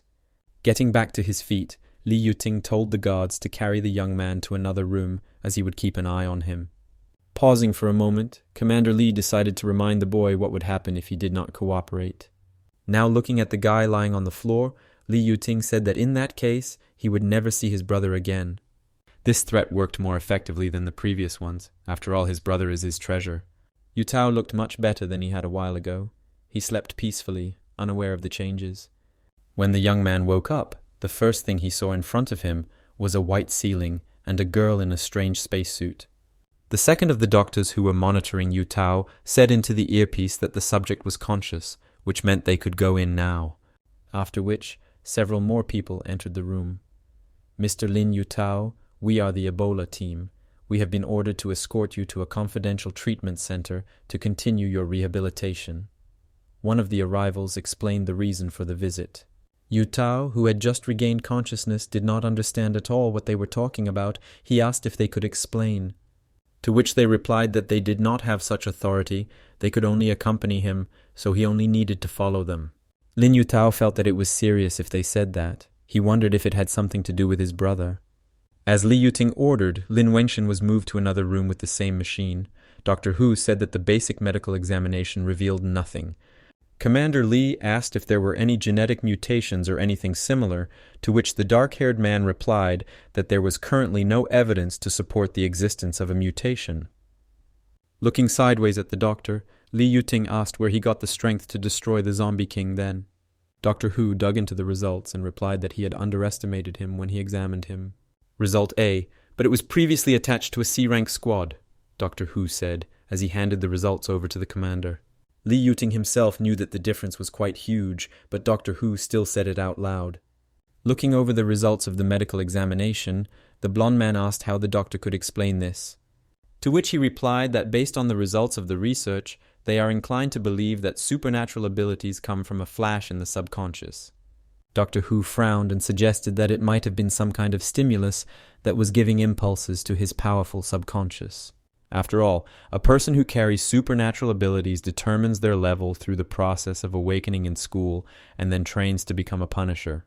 Thus, he who was unable to awaken his powers after several times suddenly manifested powerful superpowers, which is an exception among special cases. Dr. Hu said all this with a serious and somewhat gloomy look. Li Yuting came to the conclusion that the boy had abilities, but they didn't know why they were limited. Perhaps the incident of saving his younger brother, coupled with his inner guilt, suddenly burst out with this special power. Looking at Commander Li, the doctor confirmed that this was the most logical explanation at the moment. Li Yuting shouted at someone to stage a simple mock battle to test his instant explosive power. Lin Wengxing, we will simulate an abnormal creature to test you, but I can't tell you the direction of the attack, someone said to the guy through the microphone from the observation room. Dr. Hu said that the young man should use his abilities to destroy the anomaly as soon as possible. Frowning, Lin Wengxing nodded to them, saying that he understood the task at hand. As soon as the anomaly appeared, the system immediately sounded the alarm, warning that a zombie was approaching. The guy decided that first he would pretend to cooperate with them, and then he would need to find a chance to get out with Yutao.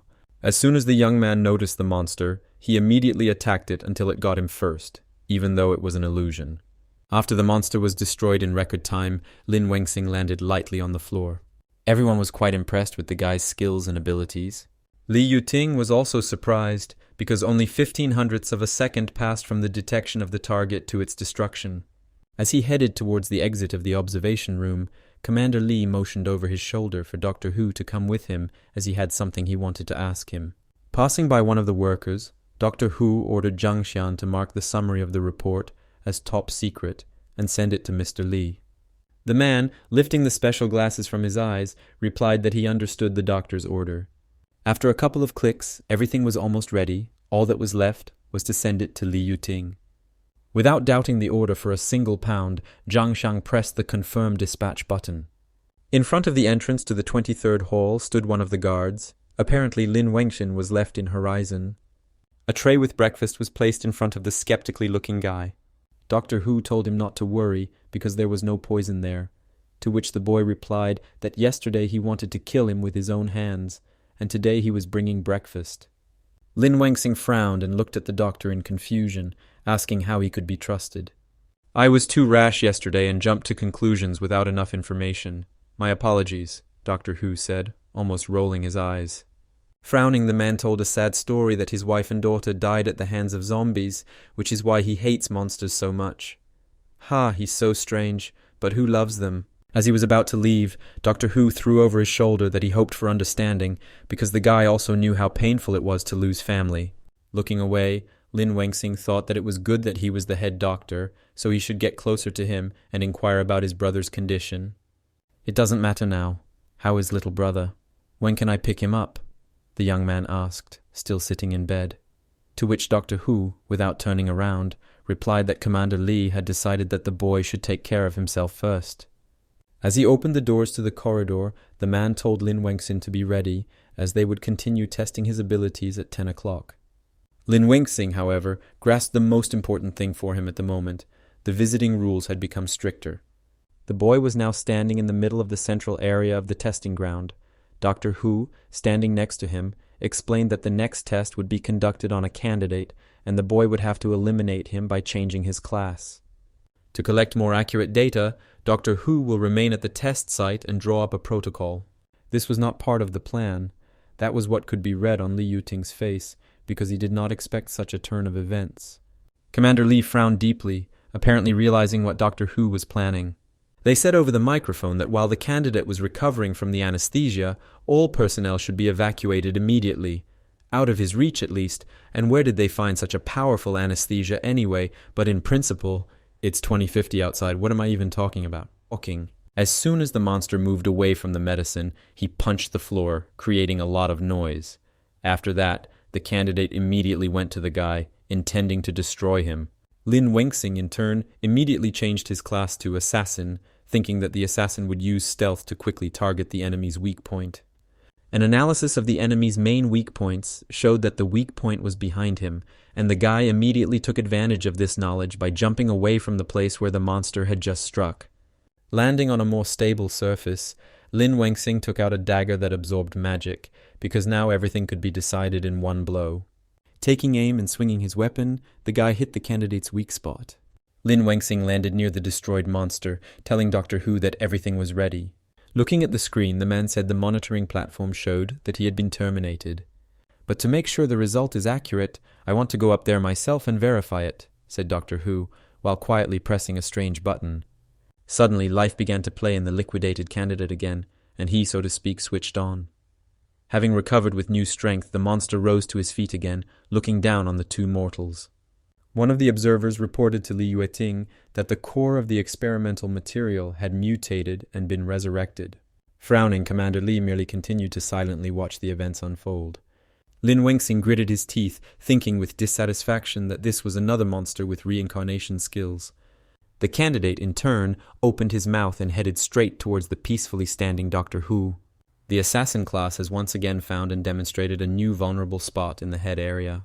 A moment later, the recovered candidate was finished, at least finally. Looking at the man who was standing near the wall, Lin Wengxin asked if he was okay. Dr. Hu responded positively almost immediately, telling the boy to go to his room and rest while they cleaned everything up. Li Yuting, who appeared at the door after Lin Wengxin left, said that it was not good to change candidates arbitrarily.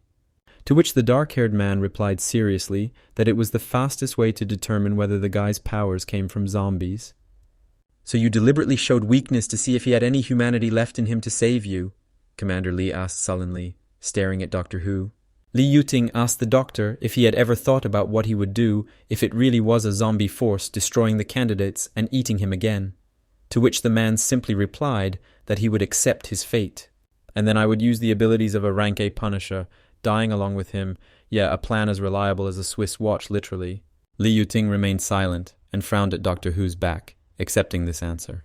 Looking at his hand that was clad in protection, Lin Wengxin thought that this system allowed magic to be automatically attached to the dagger during the test.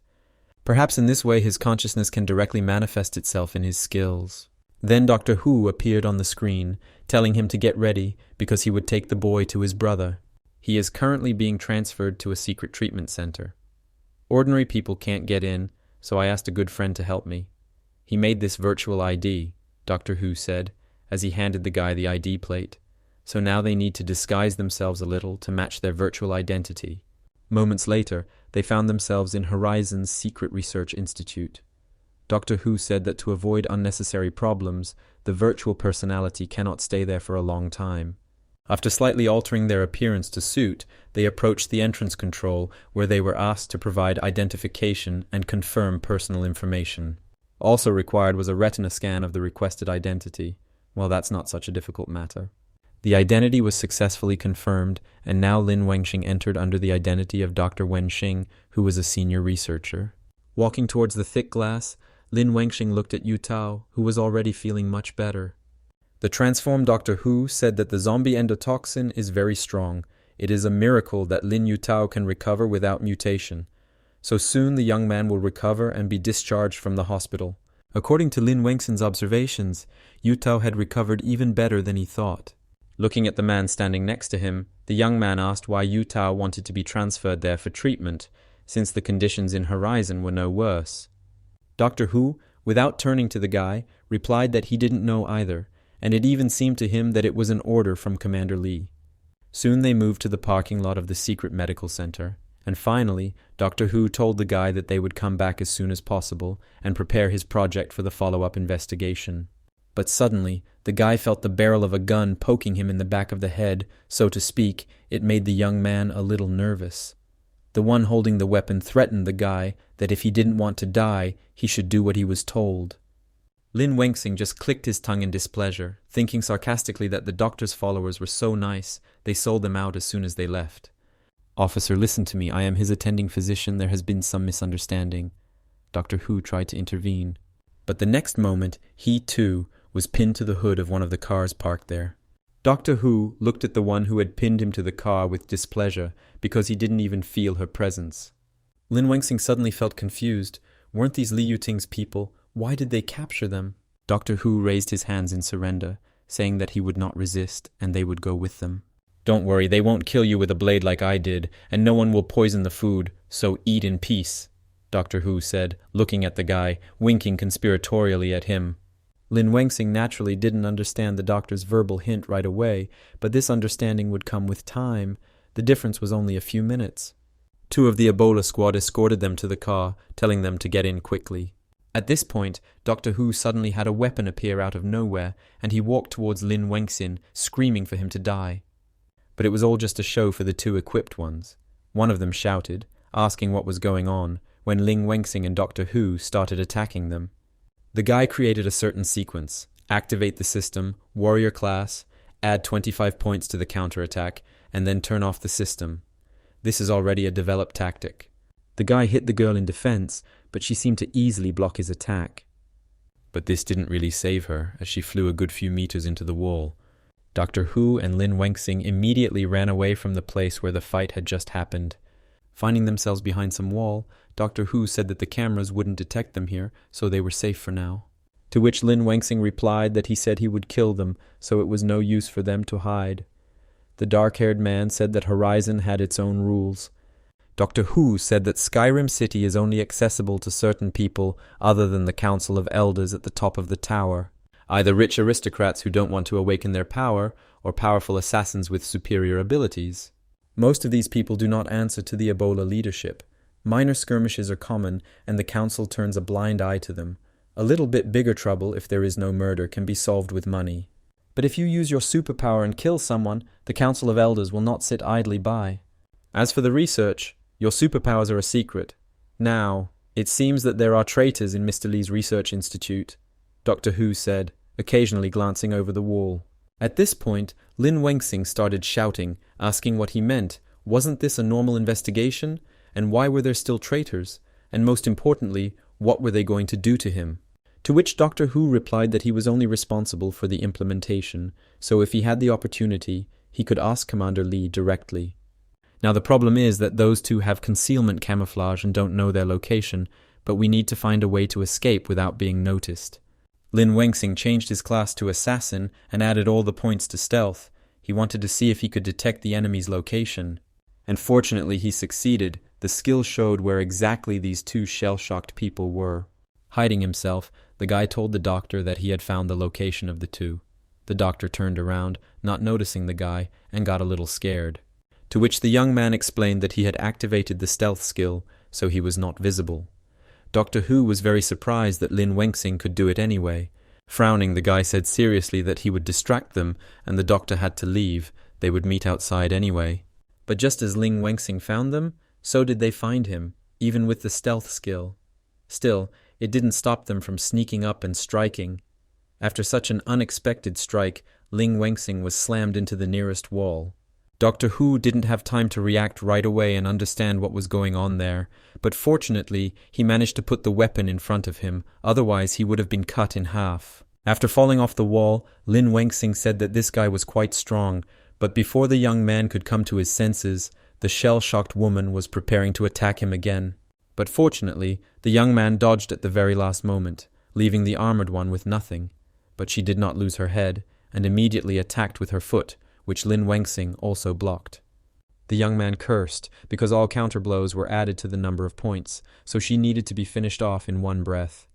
The guy tried to hit her, but she easily dodged it. It was so fast that he couldn't calculate the trajectory of the movement, which is not very good, of course. Swinging again, the armored one hit the young man on the arm, since he managed to put it out as a defense.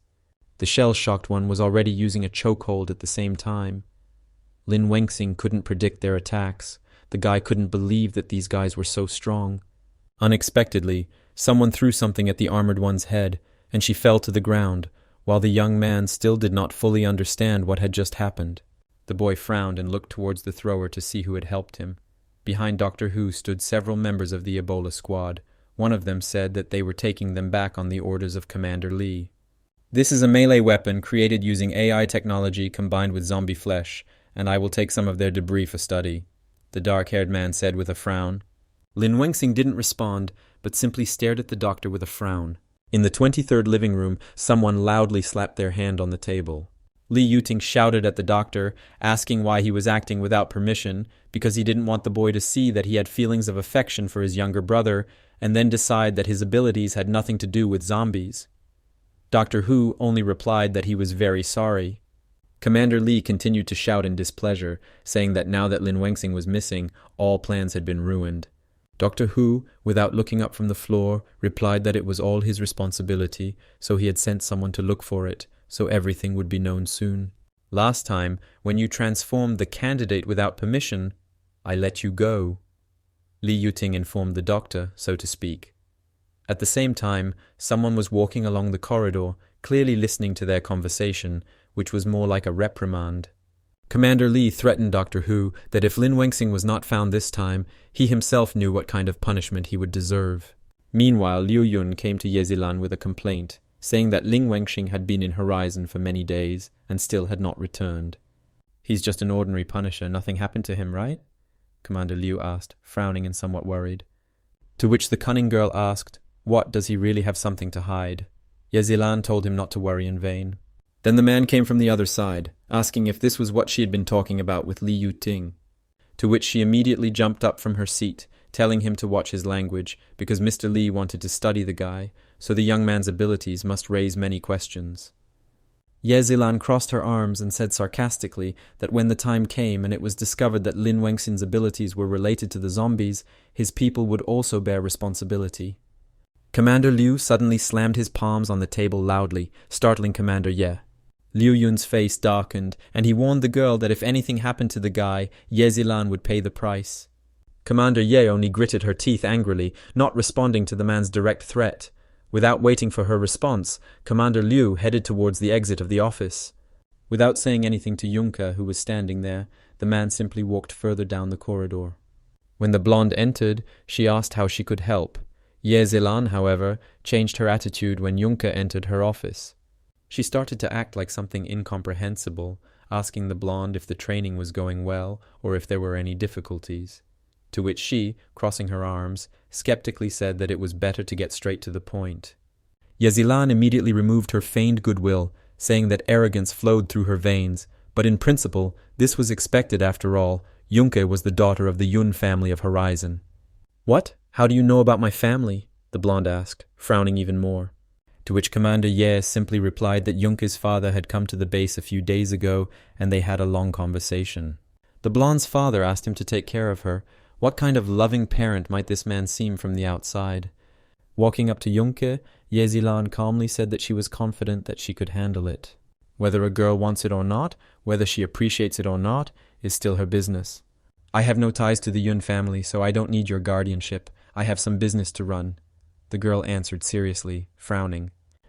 Yezilan put her hand on her shoulder and told her to stay away from Liu Yun and not get into unnecessary trouble. After closing the door to the office behind her, Yunke thought that there was some sense in Commander Ye's words. After all, the old man wouldn't come there just to see her. Perhaps it was because of Lin Wengxing after all. But first Yunke should make sure, and then report to Mr. Lee if necessary. Approaching the closed door, where a warning was posted that unauthorized persons were not allowed to enter, Zhang Xiang warned that he was there. As you requested, we have dispatched more people to investigate Lin Wengxing's disappearance. The man who came in said to Doctor Who. He said that this was very good, but they still needed to check Lin Wengxing's examination room.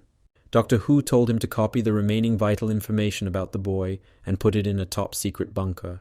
As soon as the doctor turned away, Zhang Xiang's face darkened, realizing that they seemed to have found a problem that needed attention. But the guy just chuckled, because it was already too late, because when he collected the information and passed it on to the Yun family, he would be given 5 million, so life in Horizon was no longer such a fairy tale. Looking at the monitor screen, Doctor Who said that the secret investigation into Lin Wengxin's case had been exposed. Just in case, the doctor will pass on top-secret information to him. He is his old subordinate, so he trusts him, but it seems that this subordinate is not so reliable. A knife began to appear in Zhang Xian's hand when Doctor Who told him to get to the bunker without being noticed. Doctor Who handed the boy a flash drive containing Lin Wengxin's case data, telling him to take it. But this was only a deception, because the doctor had already put the gun to the traitor's forehead. "You are sending Mr. Li information about my and Lin Wengxing's whereabouts. Your excessive impatience has given you away," the doctor said sullenly, looking at Zhang Xian. The traitor just smiled unpleasantly, saying that he was offered 5 million to send the message. Really, who would refuse? After the attack, Lin Wengxing and Doctor Who returned to the Horizon Institute. Doctor Who sent a message to Lin Wengxing that there might be people in this car, so they used encrypted communication. The man had already guessed who the traitor was, so when he returned to the Institute, he would talk to Mr. Li.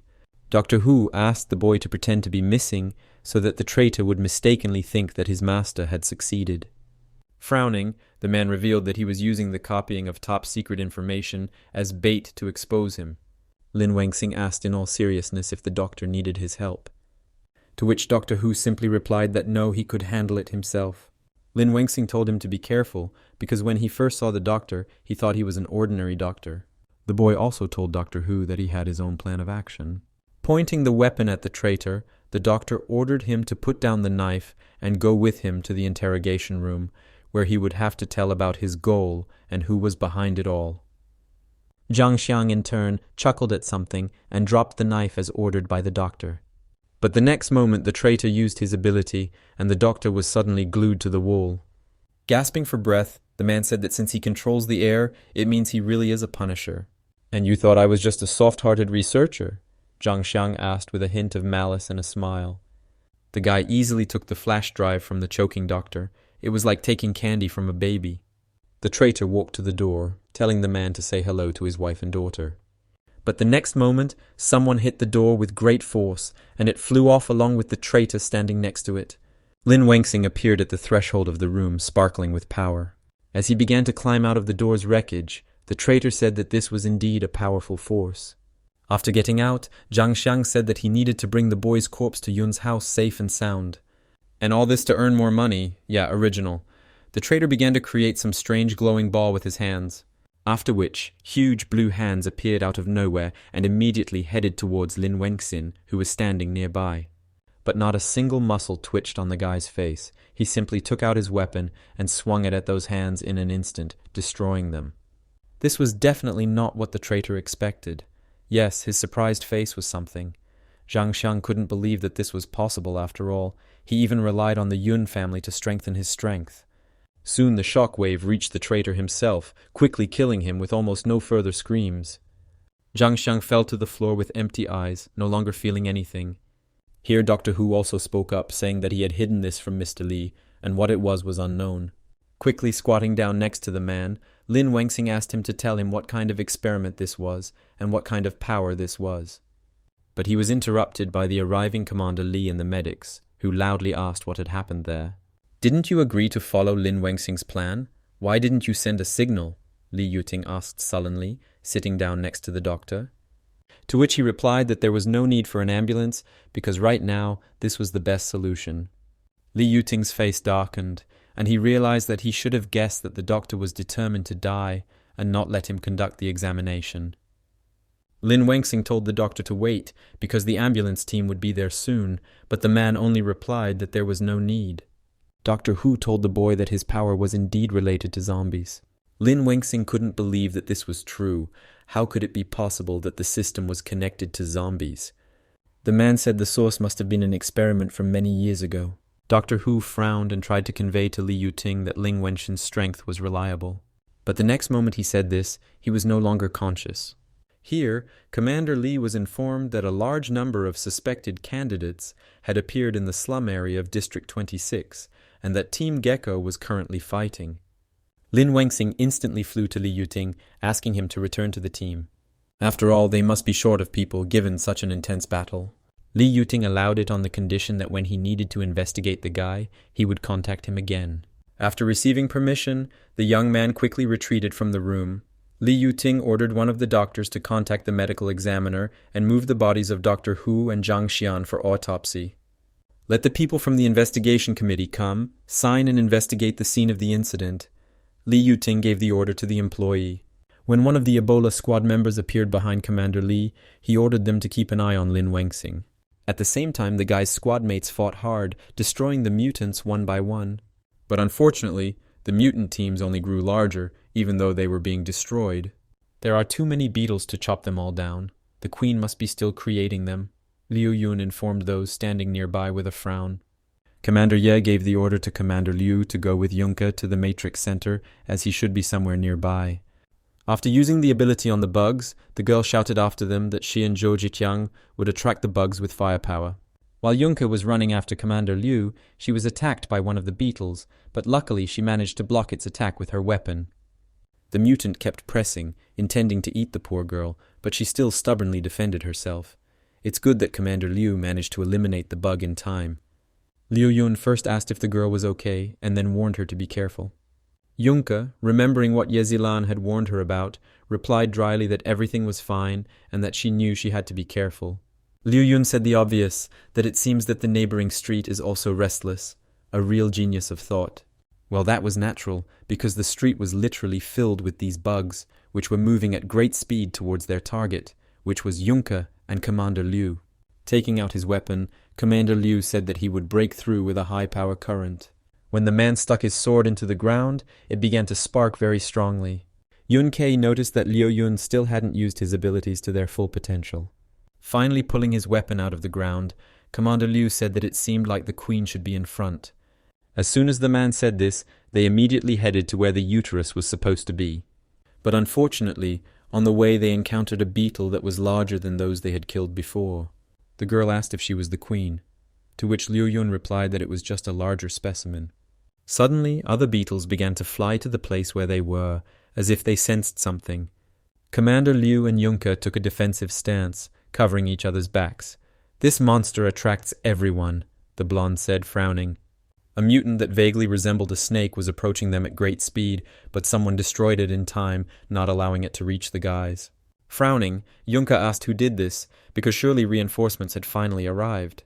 But all she saw when she raised her head was Lin Wenxing, who not only had wings, but was also flying. Commander Liu also looked at the guy, and frowned slightly, asking, did he really improve his mechanical wings again? A huge number of beetles immediately reacted to the flying guy and headed after him in a whole bunch. The young man, noticing that he had attracted the attention of the beetles, began to rapidly gain altitude. Ling Wenxing turned around in mid-air and used purification magic, calling out the word purgatory as he created a huge amount of fire. With this, he destroyed almost all the individuals without any problems. Fortunately, Commander Liu managed to cover him and Yunke with a shield from the blazing fire. When the girl opened her eyes, there was no fire anymore. Only the corpses of dead beetles were scattered all over the street. Yunke couldn't even believe at first that absolutely all the beetles had been destroyed. To which Commander Liu gloomily said that most likely this was only the first wave, so the next one should be coming soon. Landing near Commander Liu and Yunke, Ling Wenxing said that Commander Liu was right. "When I was in the air, I saw that the Matrix Center was in the corner 2 streets away. Go there," the guy said without turning to them. Suddenly, the larger one swung its weapon, intending to attack the young man while he was busy talking. Yunke and Commander Liu immediately shouted at him to be careful. But Lin Wenxing easily stopped the big guy's attack, saying to leave this big guy to him. And while the two headed to the right address, the young man looked away, frowning. A moment later, the guy changed his class to hired assassin. Lin Wenxing had already decided in advance that he would use a slashing skill. By attacking this huge person of bugs, the guy created some kind of huge whirlwind, which looked more like a tornado in broad daylight. When the guy finished with this mutant, he was noticed by the rest of the squad, which was nearby. Yezilan no longer knew whether to be happy or cry over the fact that Lin Wengxing had returned. "Commander Liu and Junke, destroy the Matrix Center. We need reinforcements as quickly as possible," the guy said seriously, not even paying attention to Commander Ye's question. The young man decided that he would start with Junke and find out what the traitor Zhang Xiang said about the Yun family. Yezilan still couldn't understand why he had returned, because there was no way Li Yuting wouldn't have found out anything.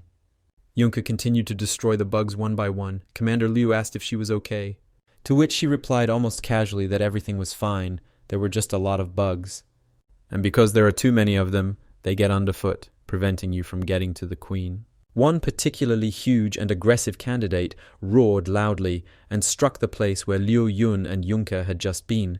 Fortunately, they managed to jump away from that place. Leaning against the wall, the girl prepared to jump from the spot, having said before that she would attack from the wall. Junke jumped on one of the candidates, screaming for him to die, but the beetle attacked her in return. Luckily, she managed to put her axe in front of her. Having finally killed that annoying bug, the blonde landed with the monster, finishing it off completely. And as soon as she finished with this, another particularly smart one appeared behind her, who was already swinging his arm to attack. But before the candidate's attack reached the girl, someone cold-bloodedly cut him in half.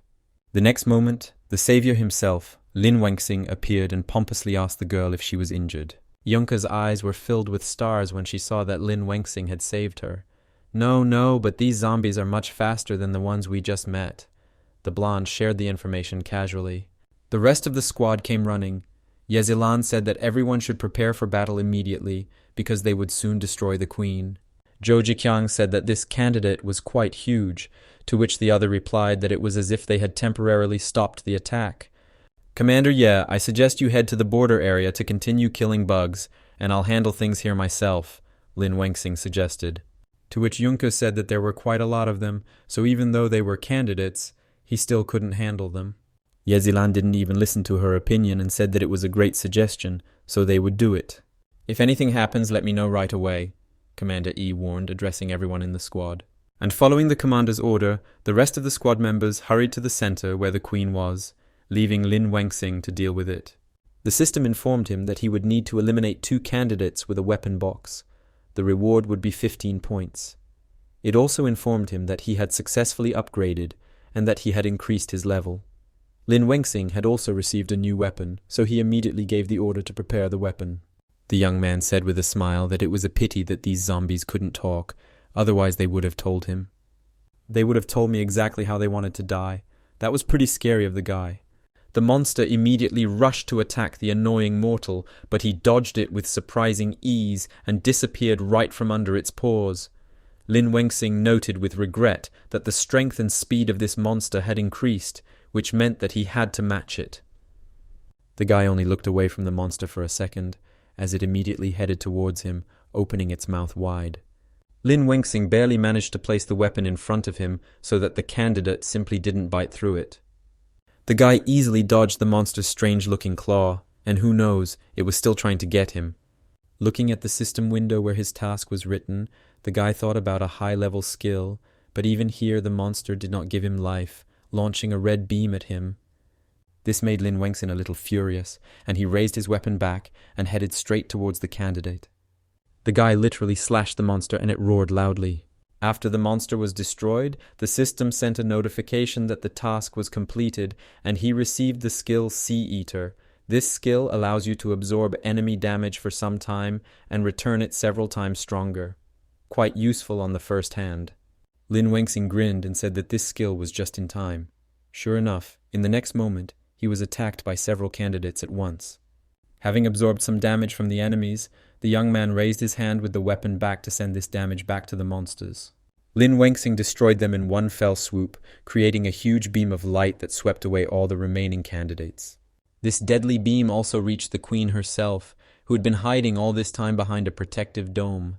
"It looks like Lin Wengxing has sorted everything out," Junke said happily and almost without frowning. Yezilan immediately thought that she should report everything to Mr. Yun as soon as possible. Heading in a completely different direction, Commander Ye shouted to the others that she would meet Lin Wengxin and that they should wait where they were.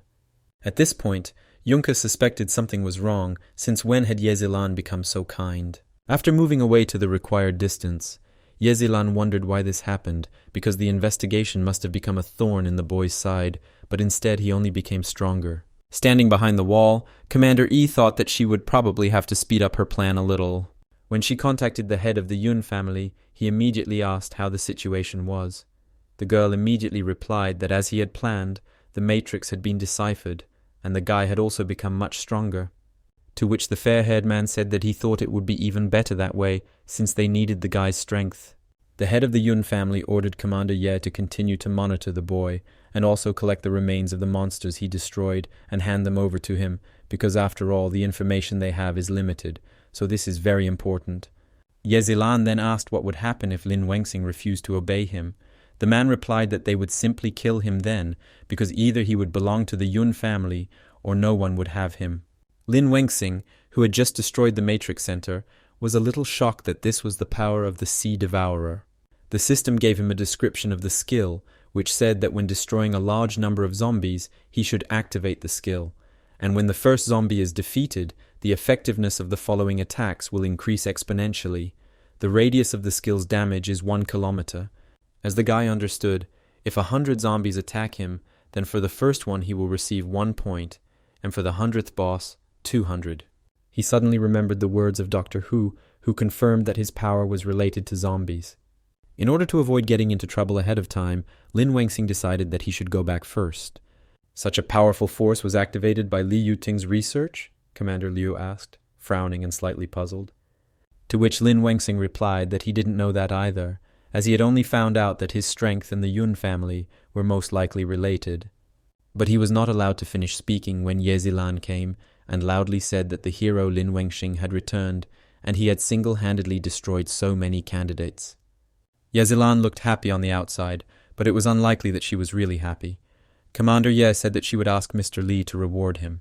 Today, everyone was specially gathered here to listen to the story of your successful experience in exterminating zombies, Yezilan said, looking straight at the guy. To which the guy, frowning, replied that it wasn't worth the candle, because it would have been better for them to spend that time training and improving themselves. The girl didn't like that Lin Wengxin was speaking to her in such a tone, and she decided to take advantage of her status as the squad leader, telling him to watch his language and not to overdo it. Passing by the squad leader, the young man indifferently replied that she should do as she knew best, adding that it was good that she was sincere. Yezilan remained standing in place, her lips pursed in displeasure at such open disrespect for her status. You decided to single-handedly destroy the candidates to show that your strength is great enough to ignore me? Yezilan thought, frowning as she looked at the back of the guy who was leaving.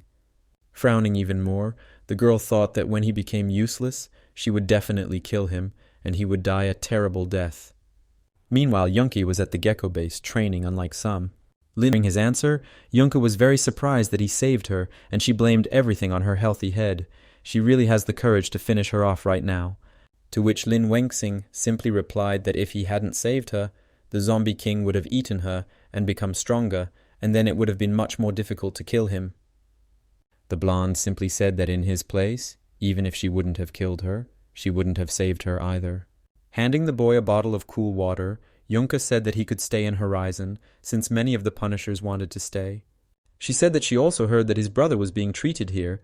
Yunka asked why he wouldn't come back, to which Lin Wengxin replied that his goal was to become the most powerful Punisher, and only then move to Horizon with his younger brother. The young man also added that the reason was not at all due to the research or illness. Yunka only thought that in today's restless world, such things were outdated. Lin Wengxin said that besides they are a team, which means they must cooperate. Suddenly, a loud announcement was made that all members needed to immediately gather in the 29th district for a patrol mission. When everyone had already gathered at the site, Yezilan stood on some kind of platform and said that according to the notification from Horizon and Li Yuting's order, it seemed that there was suspicious zombie activity in the 29th district. Commander Ye ordered everyone to disperse, as this way they would conduct the investigation to the maximum. To which Lin Wengxin thought, shouldn't they split into 2 people, and why would they have to fight alone this time? Yezilan said that even though they were ordinary zombies, they still couldn't relax. Yunka frowned, apparently already suspecting something. Having given everyone instructions, the girl told them to go and check everything properly. Lin Wengxing also suspected that something was wrong. It was still too quiet. Looking around, the guy realized that he didn't feel the zombie's aura, or anything like that at all. And the system didn't send any alarm signals either, as it usually does when zombies appear. Was this really Li Yuting's order? If he wanted to capture me, he shouldn't have done it secretly, the young man said dejectedly to himself. Approaching Commander Liu, the boy turned to him, to which he asked in response if there was anything suspicious there. Lin Wengxing immediately replied that nothing, but the fog was getting thicker, and now even Liu Yun himself was beginning to feel that something was wrong. Looking off to the side, Commander Liu said that it seemed like someone was following them. Yezilan? Couldn't it have been a false alarm? There aren't any zombies around, the girl said to herself, already beginning to doubt. Suddenly, someone's shadow passed by Yunka, and she instantly took out her weapon, getting into a fighting stance. She began to think, because ordinary small zombies cannot have such high speed, so there is a chance that it is still the zombie king. Suddenly, someone's hand reached out to the blonde at great speed, to which she quickly reacted. But this reaction did not help her anyway, as the unknown man hit her hard on the back of the head. The unknown man just stood there for a while, looking at the unconscious girl lying on the ground. Liu Yun warned the boy to be careful with Li Yuting, as he was unlikely to let him go just like that. "Are you saying he sent someone to follow me?" Lin Wengxing asked, looking at Commander Liu. Suddenly, a nearby flying drone announced that the mission was complete and the Gecko squad should assemble. Standing on the platform again, Yezilan said that news had come from Horizon that it was a false alarm from the system, meaning they should return to base. At this point, Lin Wengxing noticed that Yunka had not yet returned, so he drew her attention by saying that she needed to be found. To which Commander Ye replied that Yunka had been sent to another team and had already been informed of her return. "I'm still a little worried. Let me check the drone video," he asked her calmly, boy, to which she, frowning, asked if he really didn't believe her. Now, Lin Wengxing didn't wait for an answer, immediately attacking Commander Ye without much warning.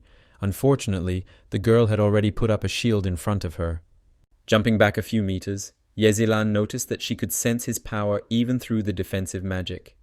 Here she began to get indignant, asking the guy how he dared to attack her. The soldiers were patrolling the area alone, and now Yunka has disappeared for unknown reasons. "You don't deserve to be a captain at all," said the young man, heading towards Commander Ye again, but this time with a weapon. But Commander Liu stopped him, as if protecting Yezilan from the fate of being cut into small pieces. Liu Yong sternly told him to stop. Lin Wengxing was understandably angry with him as well. To which Commander Liu explained his point of view, saying that Yezilan had both status and techniques, so if he continued to interfere, he would hardly be able to remain on the team. Commander Ye said quite happily that it was great that at least Deputy Commander Liu understood what was going on. Calmly walking past the guys from the squad, the girl with cheerful notes in her voice told everyone to gather. Commander Liu said that because of competition with her, the young man might never see his brother again. This made the guy darken right before our eyes because he certainly didn't like it. We were shown the outside of the Yun family's private testing ground in Skyrim, a 40-meter underground dome. Having finally woken up, the girl at first could not understand where she was at that moment. The head of the Yun family, who was also her father, immediately appeared before her eyes. Well, it was unpleasant to see a father who had abandoned you as a child right after a dream. Upon seeing him, Yunka immediately woke up from her sleep, loudly asking him what he was doing there. Starting to look around, the blonde asked what kind of place this was, because she didn't see anything recognizable. "It's been so long since we've seen each other. Don't you want to say Dad?" the fair-haired man asked, looking at the girl. To which she, getting up from the sofa, indifferently replied that there was no point in this. The man said that she was as stubborn as her mother. The blonde ignored these words and asked again what this place was. Turning his back to her, the man told her to go with him somewhere. They approached the huge panoramic glass, and the girl finally saw what this place was. "This is a thing we've encountered before," Yunka cried out in surprise. Right before their eyes was a giant zombie beast, not a very pleasant one, but that's what it is. At the moment, this giant zombie beast was attacking someone, not too aggressively, but not too lazily. One of the experienced punishers was fighting this zombie beast, who literally eliminated that giant with one blow. Powerful! Killed him with one blow, just like Mr. Lee. the girl said, impressed, watching the battle. The man said that the Punisher was of the same level as her. Hearing this, Yunka was very surprised. Frowning, the girl asked with a scream that he was really raising zombies in captivity, to which the man calmly replied that he was not interested in zombies, but that the rich loved them. The blonde asked what he meant. The rich of Horizon spend huge amounts of money betting it on zombie and Punisher battles. If the Punisher wins, he gets a small share of the money. The prize amount is much larger than the reward for a regular mission. Yunka's father also said that the Punishers could also take the crystals of the killed zombies and combine them with their hearts, strengthening their power. Connect with zombies? Are you working on such a technique? The girl asked, frowning. And if the zombie wins, he can eat the Punisher's heart and also strengthen his power. Of course, the man can kill him and transfer his power to the body of another higher-level Punisher. We risk our lives to kill zombies and protect Horizon, and you place bets for fun. Is there anything human left in you? The blonde asked her father almost hysterically. To which the father replied that it was just a business, for which he also received money for research from these huge sums. He also suggested that she join, because isn't it better than killing zombies in the slums? Yunka turned around sharply and walked towards the sofa, saying that he would never, and that he should kill him before it was too late. The girl turned around sharply again, pointed at him, and told him to bring her back immediately. Do you have some kind of special relationship with that guy, Lin Wengxin? The man asked, his face suddenly darkening. Yunkei squeezed her palm tightly, realizing that his target was Lin Wengxin. Frowning, the blonde snapped back that no, they were just teammates. Really? Do you think he'll come to save you if something happens to you? The old man asked, grinning. Yunka immediately took out her weapon, asking what he wanted to do. It was already nighttime, and most likely everyone at the Gecko Squad base was asleep. Well, Liu Yun didn't seem to be sleeping after all. The man was just lying there staring at the ceiling, hugging his weapon. Rising from his prone position, Commander Liu said that it was time for him to go on night patrol.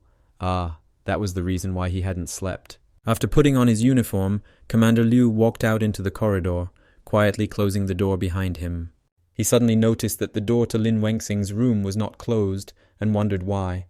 Opening the door, the man shone a flashlight into the room to check if the young man was there.